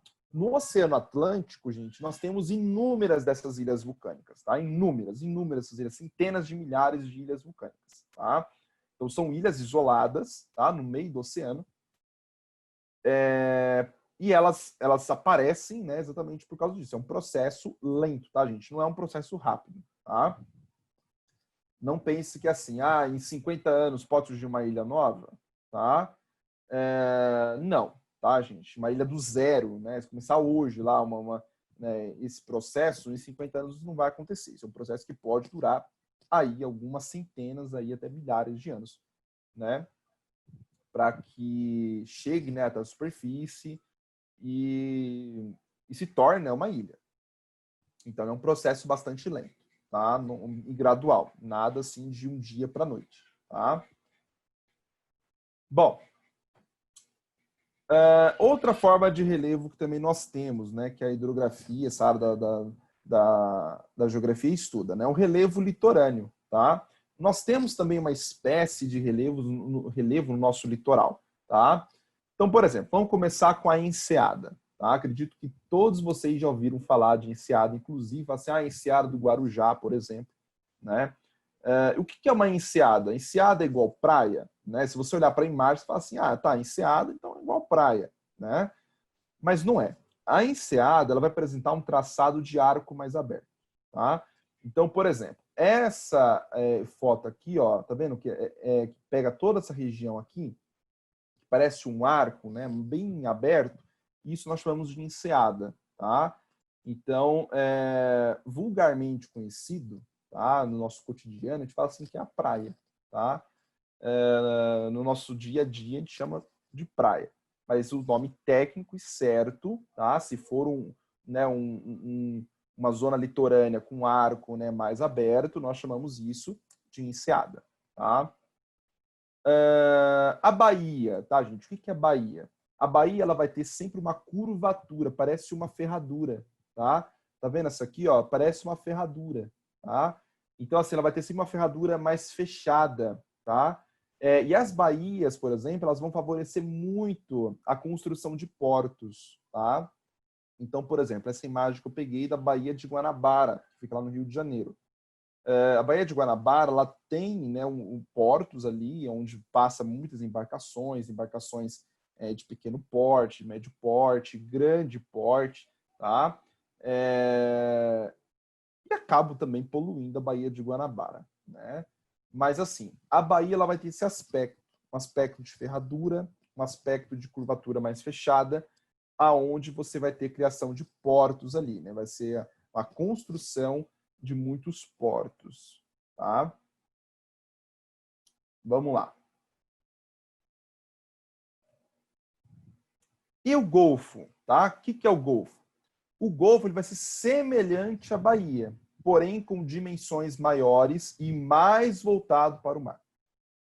Professor, enquanto a Baía, então quer dizer que nós conseguimos olhar ela e tirar foto, o Golfo nós não conseguimos? Exatamente, tá? O Golfo ele se assemelha muito com a Baía, né? Por conta dessa curvatura também, né? Formato, lembra, né? Não quer dizer que é igual, mas lembra uma ferradura também, né?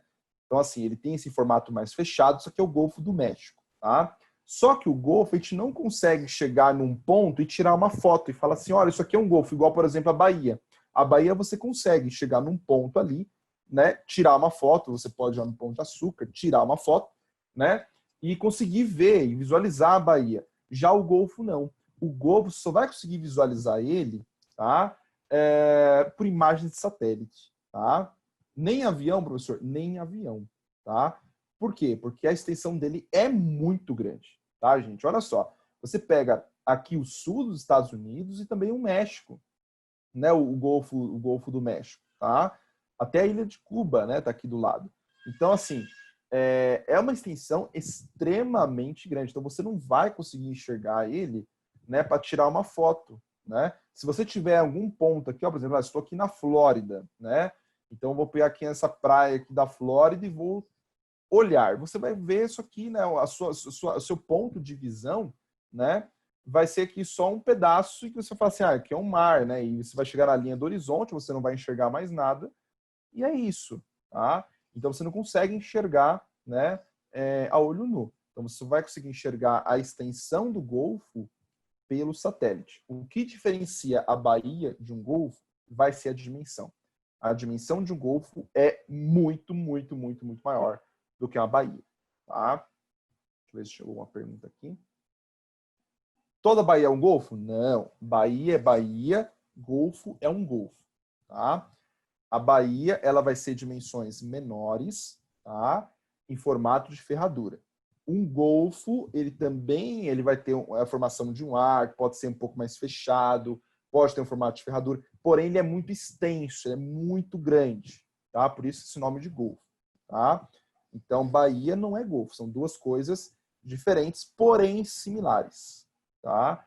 Elas têm suas similaridades, só que o que as difere é a extensão e sua dimensão, tá bom?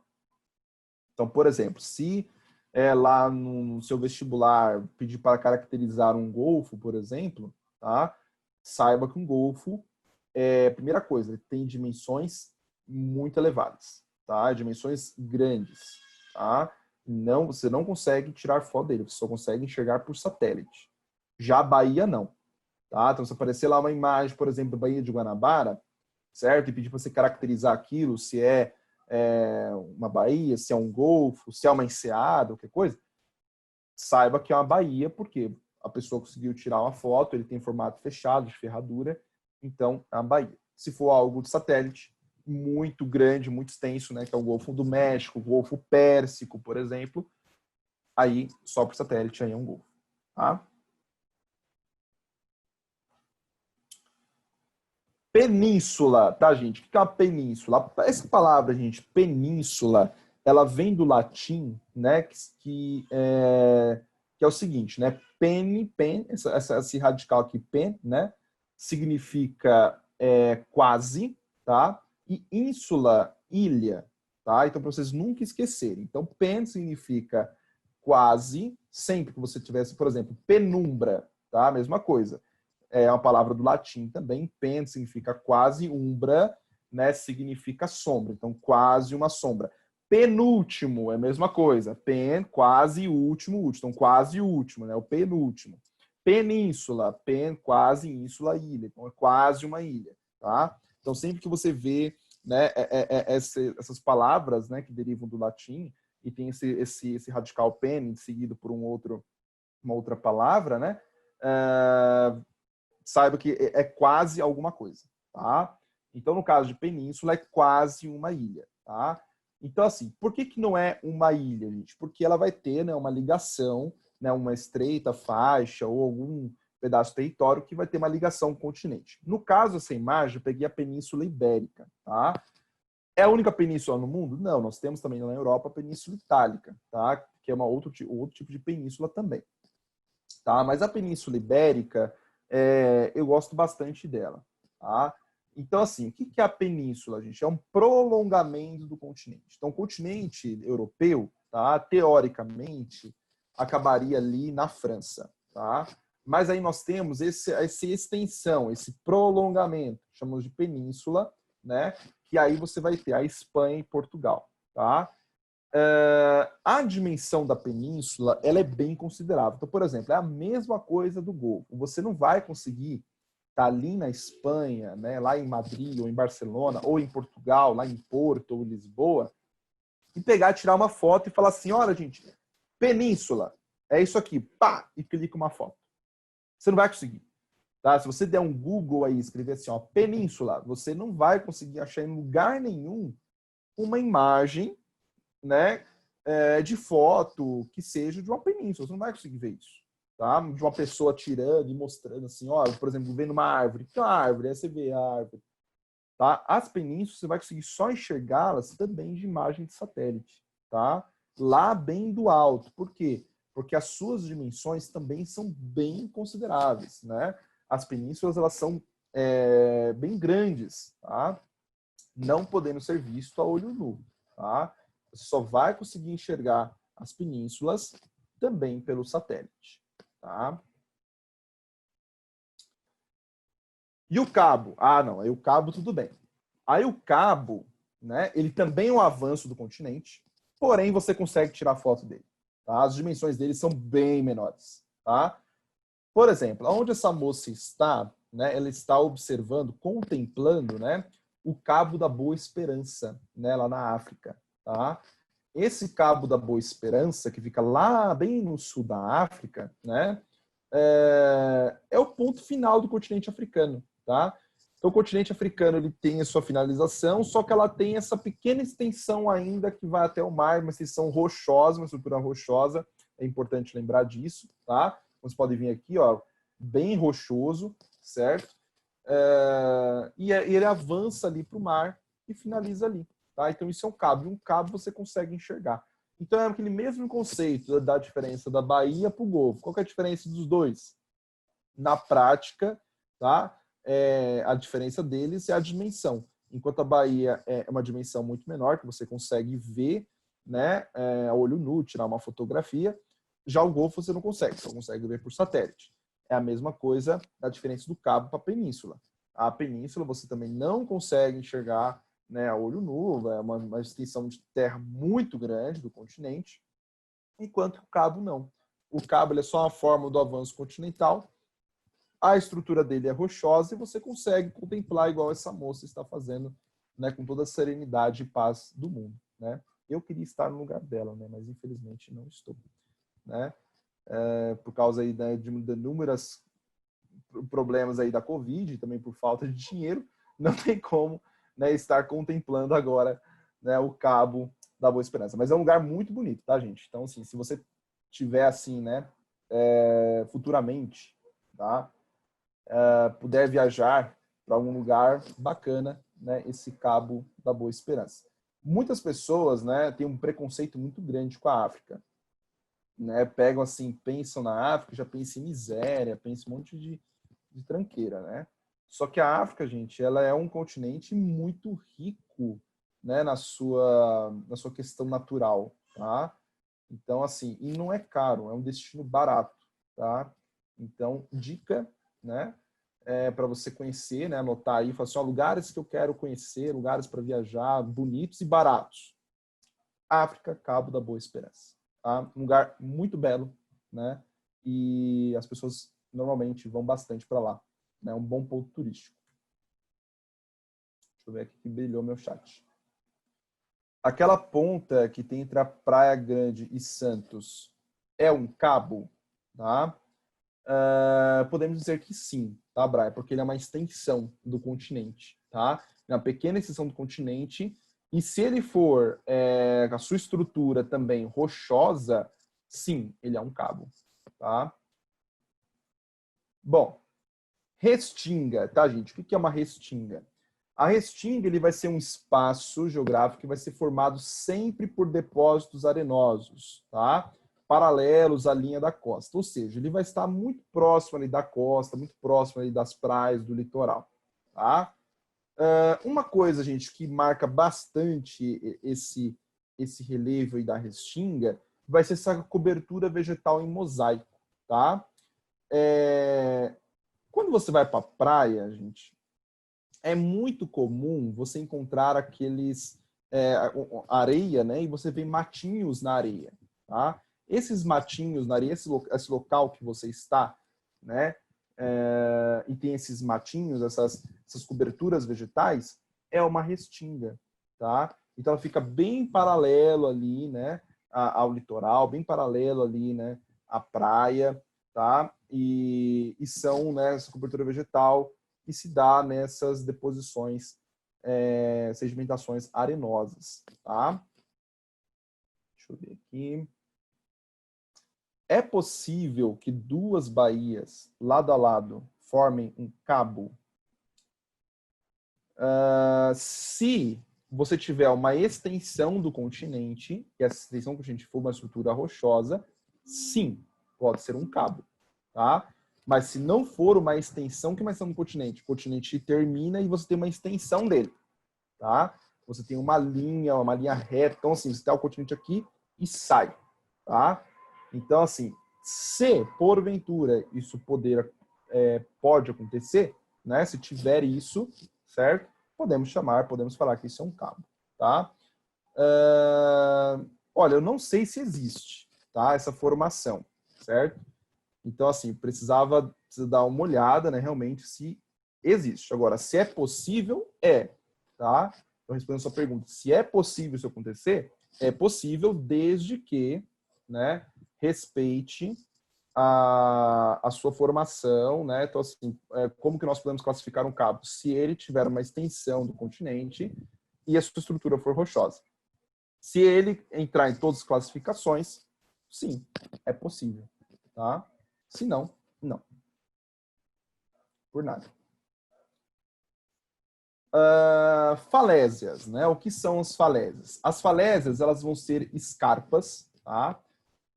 Que vão terminar ali no nível do mar. São aqueles paredões, tá, gente? Então, principalmente no Nordeste tem algumas localidades que você consegue, né, ver essas falésias. No Espírito Santo também, né? Em Guarapari, se eu não me engano, Guarapari, nós temos também essa formação, né, de relevo, tá? E como é que se forma essa formação, gente? Como é que se forma esse tipo de relevo, né? Vai ser por causa dos abrasões marinhos, tá? O que são abrasões marinhos? É a forma, né, como as ondas vão desgastar as rochas, tá?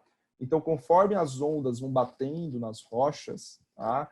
Elas vão desgastando essas rochas, elas vão sedimentando, tá?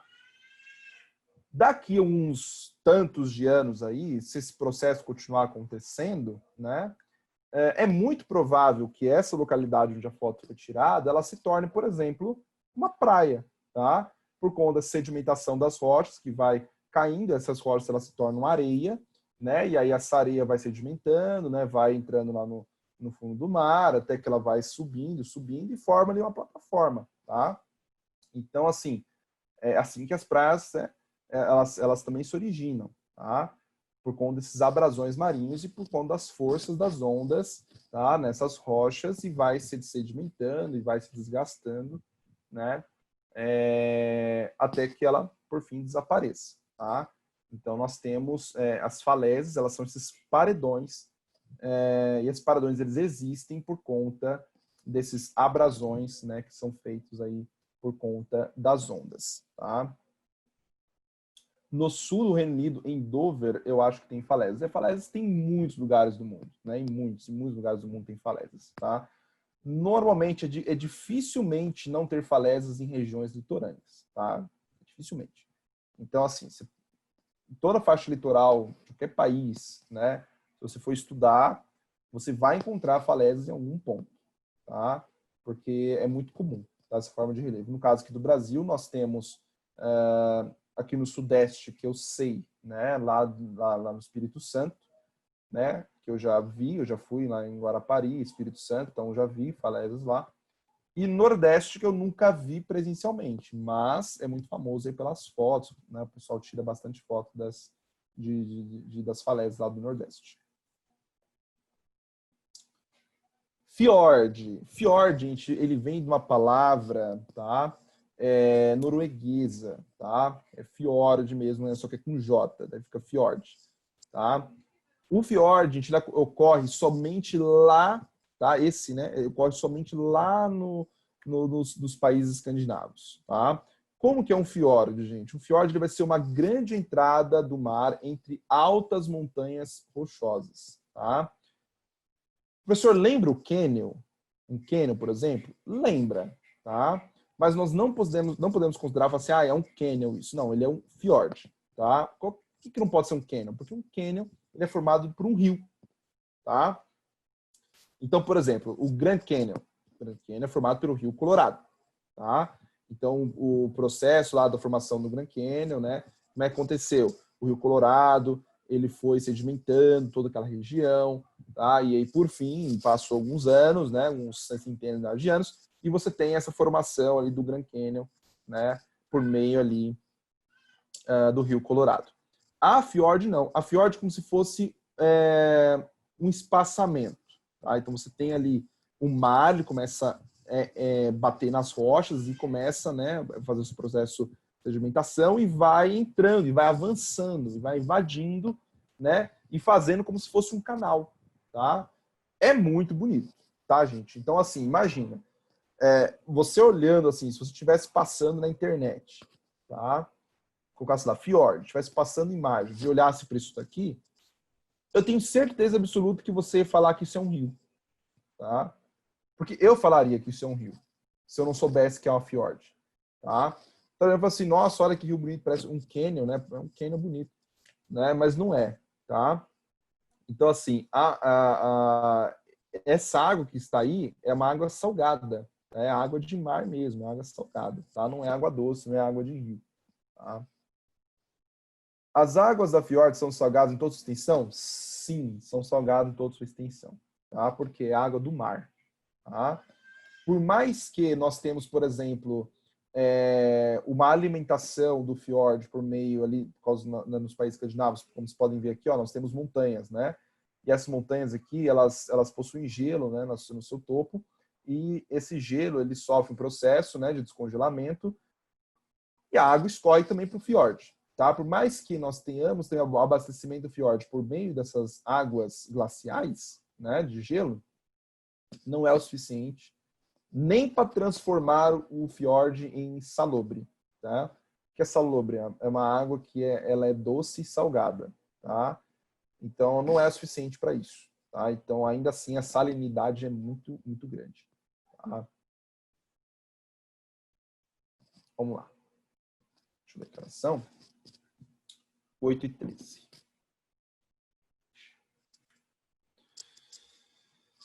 Ciclo hidrológico, tá, gente? O ciclo hidrológico, ele é muito importante, tá?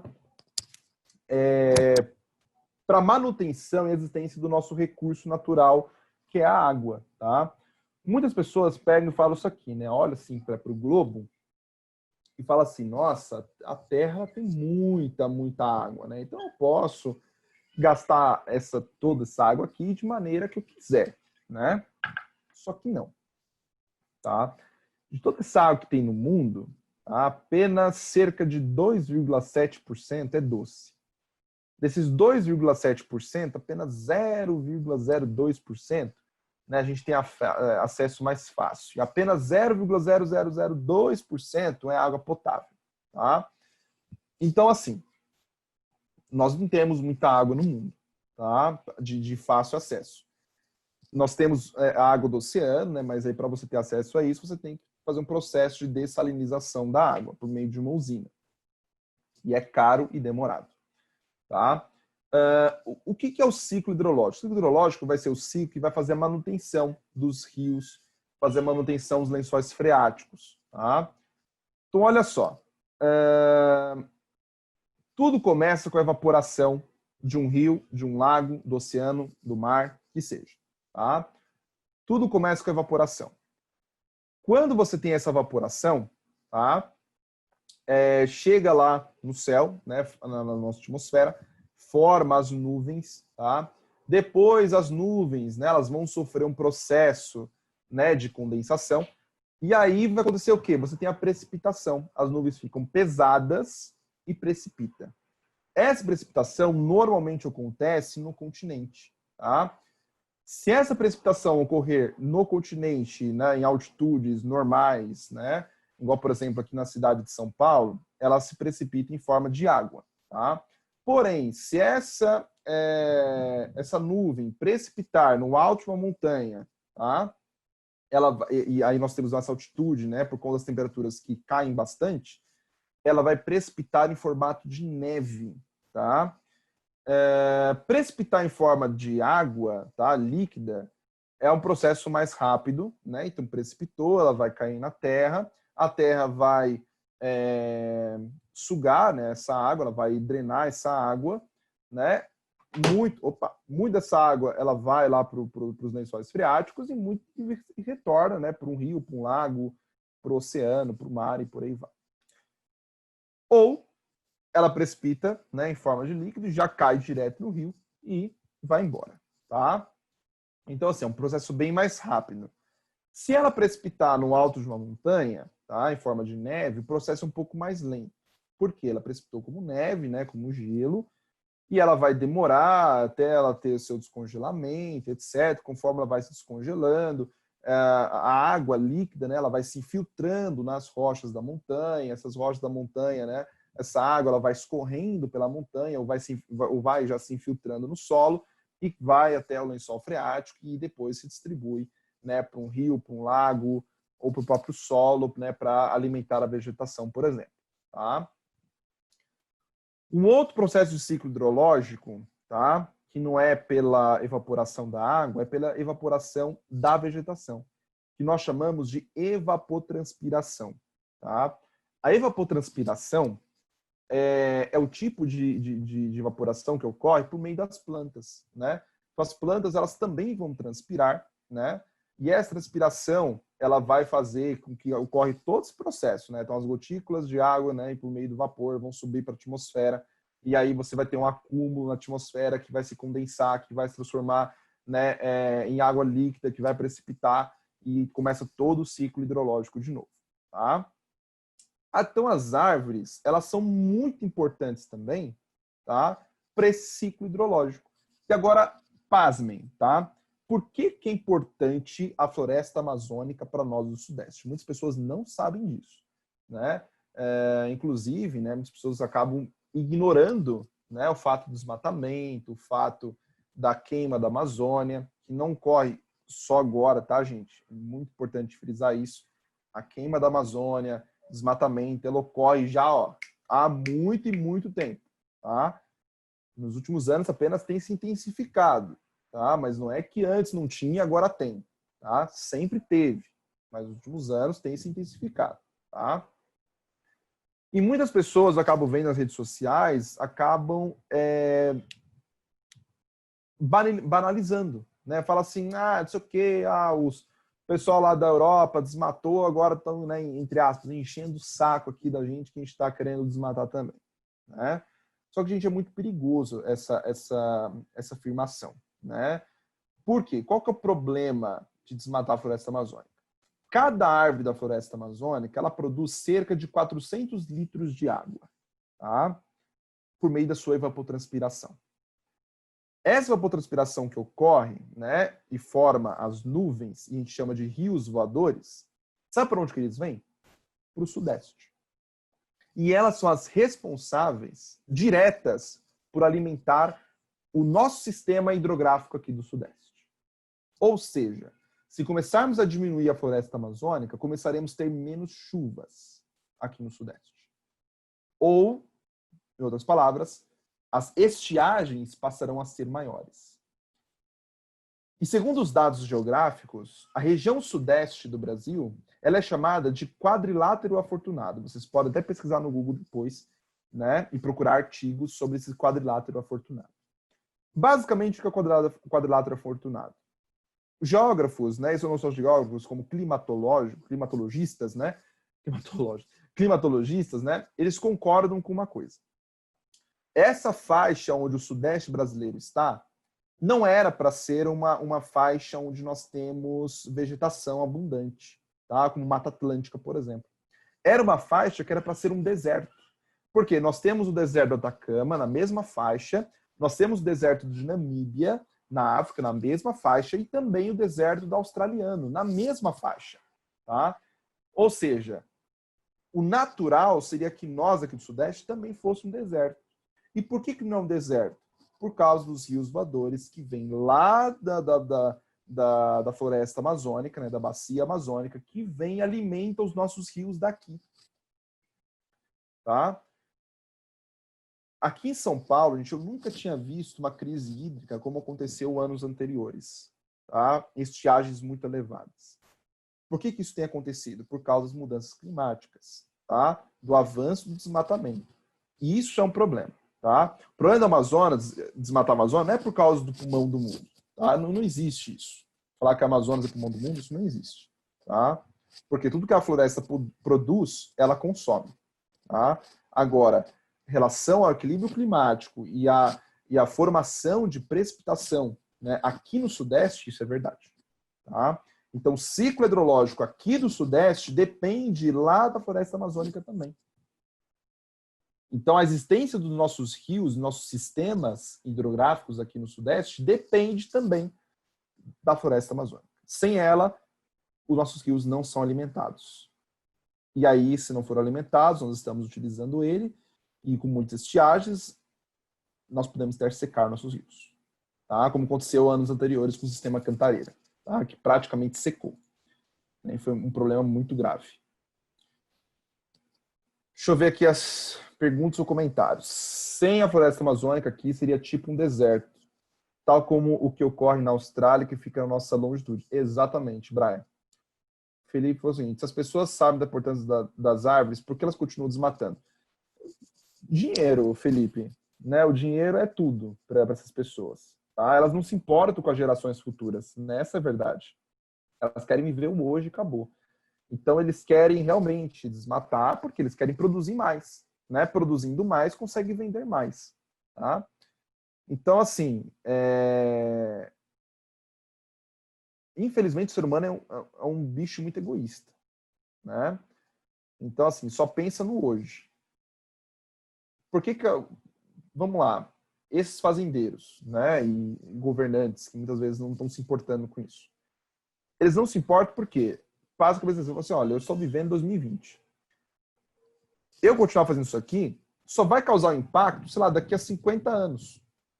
Ou seja, eu não vou estar mais vivo. Então, o pessoal daqui a 50 anos que se vire. Eu quero o meu dinheiro agora. Ponto. Né? Não é uma atitude inteligente? Não é mesmo. Tá? Porque muitos países europeus criticam a política ambientalista do Brasil por conta disso. Porque fala que a política ambientalista do Brasil é muito atrasada, né? Que nós deveríamos já ter uma agropecuária, um agronegócio mais sustentável. Né? Mas a gente não tem isso ainda. Tá? Então, assim, vamos ver se a gente consegue atingir isso, né, em algum momento. Tá? Primeiro, a gente tem que combater as fake news aqui no Brasil, né? Principalmente sobre isso do desmatamento. Tá? Porque as pessoas estão desmatando, está ocorrendo desmatamento, está ocorrendo queimada. A queimada não é natural. Tá, gente? Essa queimada está tendo no Pantanal e a queimada está tendo na floresta amazônica não é natural. Por que não é natural? Porque são florestas úmidas. Não tem como floresta úmida pegar fogo por si só. Não tem. Tá? Não é um cerrado. São florestas pluviais. Não tem como. Tá? Então isso é fake news. Tá? As queimadas que está correndo lá, ocorre o quê? Você tem fazendeiros que vão lá, desmatam, deixa secar, depois que seca, taca fogo. Para limpar o terreno. E virar pastagem, virar qualquer coisa. Mas aí acontece, tomam proporções gigantes. Inclusive, né, 2 fazendeiros estão sendo denunciados, tanto pelo IBAMA, tanto pela Polícia Federal, por conta de que os incêndios lá no Pantanal começaram em uma de suas fazendas. Gente, o Pantanal é muito úmido, a floresta amazônica é muito úmida. Ela não vai, gente, não tem como ela pegar fogo sozinha. Ainda mais a floresta amazônica, clima equatorial, que chove quase todo santo dia. Não faz sentido. Tá? Se fosse um cerrado, ok, eu entendo perfeitamente. Um cerrado realmente pode acontecer. Tá? Mas no Pantanal, floresta amazônica, naturalmente não. Naturalmente não. Tá? Tem que ter obra antrópica ali. Tá? E as pessoas querem fazer a gente acreditar que não. Qual seria a solução para as queimadas e desmatamento? Uma agricultura mais sustentável, Vitória. Tá? Então, assim, existem inúmeros estudos, né, da sustentabilidade, né, que aponta como que o agronegócio ele pode avançar sem ter que ficar desmatando. Tá? Então, assim, existem inúmeras formas também de agricultura, inclusive eu posso fazer isso numa próxima aula. Né? A gente pode pegar sobre sustentabilidade, sobre esse tema, e explorar bastante. Tá? Só não vou adentrar muito, porque senão vai desviar muito o foco, né, da nossa aula. Tá? Mas basicamente isso, tá? A sustentabilidade no agronegócio. Tá? Então, depois da aula, né, inclusive eu acho bem interessante vocês darem uma lida, né, sobre como que é a sustentabilidade no agronegócio. Existem inúmeros sistemas e modelos, né, para que ocorra sem ter que ficar desmatando, né, e queimando, né, o nosso meio ambiente. Bom, sobre os lagos, gente. Travou aqui para mim. Aí voltou. Lago, lagoa, laguna. Qual que é a diferença desses trem aí? Lago e lagoa é a mesma coisa da Baía, do Golfo, da Península e do Cabo. Tá? O que muda a sua extensão. Enquanto o lago nós temos uma extensão bem grande, tá? Uma dimensão bem elevada, tá? Uma lagoa já não. Uma lagoa já tem uma extensão já bem menorzinha. Tá? Uma lagoa já tem uma extensão mais reduzida. Tá? Agora, uma laguna já é diferente. Tá? Uma laguna, gente, ela sempre vai estar próxima ao mar. Tá? Sempre. Uma laguna sempre vai estar próxima ao mar. E a laguna, ela é caracterizada por ser uma água salobre, ou seja, uma mistura de água doce com água salgada. Nós temos aqui uma entrada, tá vendo que está meio barrento? Tá? É porque é a entrada dessa laguna com o mar. Então o mar ele invade, tá, essa laguna. E aí consegue salinizar essa laguna. E nós temos 2 rios, tá? Um rio aqui, outro rio aqui, que deságua nessa laguna, trazendo água doce. Aí nós temos muita vazão de água, tá? É diferente lá da pergunta do fiord, né? Se a quantidade de água, né, que as montanhas, né, sofrem de gelo, cai ali no fiord, é capaz de deixar ele com água salobre. Não é, porque a quantidade é muito pouca. Agora aqui já é diferente, na laguna é diferente, porque os rios têm uma vazão, né, de metros cúbicos bastante elevado por segundo, né? E nós temos a invasão do mar salgado ali também. Essa mistura de água faz com que a água fique salobre, tá? Então, a laguna, ela sempre está próxima ao mar, tá? E ela possui essa mistura de água, tanto de água doce como de água salgada do mar, tá? Essa foto que eu peguei é a laguna que se chama Laguna dos Patos, tá? Ou Lagoa dos Patos, tá? Professor, mas se chama lagoa, quer dizer que é uma lagoa? Não, ela é uma laguna, tá? Eles simplesmente deram esse nome, se quiserem dar, tá? Mas se chama Laguna dos Patos, tá? Deixa eu ver que horas são. Tá para terminar sobre... Bom, gente, eu vou pegar só um pouquinho do tempo que dá depois das 8h30, só para terminar aqui os lagos, tá bom? Vou tentar ser breve. Vamos lá.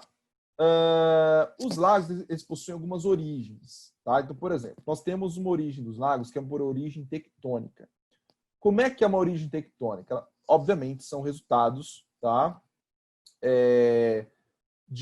Por meio, né, do processo do tectonismo. Então, seja por falhamento, seja por dobramento, seja por um rebaixamento, seja por um soerguimento, tá? Qualquer tipo de atividade tectônica, tá, que resulte nesse processo aí, pode ser que crie, né, um lago, uma lagoa. Tá? Um exemplo é o Lago Baikal, que fica na Sibéria, na região da Rússia. Tá? Esse Lago Baikal ele foi formado através de atividades tectônicas. Tá? Só que no caso desse lago, ele sofreu um rebaixamento. Tá? A maioria dos lagos sofre rebaixamento. Tá? E aí, por isso, quando chove, etc., e no meio dos rios, você tem, né, o seu enchimento. Tá? Então, esse lago Baikal, que fica na Sibéria, região ali da Rússia. Tá? Nós temos também a origem glacial. Tá? A origem glacial, que ocorre lá no Lago Moraine, no Canadá, como é que ocorre? O gelo ele vai derretendo, tá? Ele, inclusive, faz um processo erosivo, né, que é a erosão glacial, tá? E forma, por exemplo, essas rochas que estão aqui no entorno do lago. Tá? Essas rochas vão ser chamadas de moraines ou morenas. Tá? E é por isso que esse lago ele recebe esse nome, por causa dessas moraines que tem ao redor dele. Tá? Então é o Lago Moraine que fica lá no Canadá. Muito bonito, por sinal. Né? Inclusive a paisagem é belíssima, né? Essas florestas de coníferas aqui ao redor. Né? Então é muito lindo mesmo. E nós temos também lagos por crateras de asteroides. Sério, professor? Sério, existem lagos, né, feitos por crateras de asteroides que caíram aqui na Terra. Tá? Professor, já caiu mesmo asteroide na Terra? Já, inclusive, os próprios criacionistas defendem isso no dilúvio. Tá? O dilúvio ele não foi apenas uma chuvinha. Né? Se fosse só uma chuvinha, realmente não teria feito nada. O dilúvio ele foi a quebra, né, da Pangeia, então a quebra das placas tectônicas também. Veio água de baixo junto com magma, tá, gente? Isso é muito importante saber também. Como é que surgiu também as altas cordilheiras? Porque veio tudo junto, veio magma, veio tudo. E caiu asteroide também na Terra, tá? Caiu meteoros na Terra, teve chuvas de meteoros na Terra. Então é muito provável, tá, que durante o dilúvio, e esses meteoros, asteroides que caíram também na Terra, fizeram, né, como umas depressões, né, que depois, né, por causa da chuva e por causa dos rios, né, formaram esses lagos. Por exemplo, né, o Lago Siljan, que fica na Suécia. Tá? E vamos parar por aqui. Semana que vem. Semana que vem, na verdade, vai ser recesso. Né? Então, na nossa próxima aula, né, nós voltamos a falar, né, sobre a hidrografia. Gente, ficou alguma dúvida?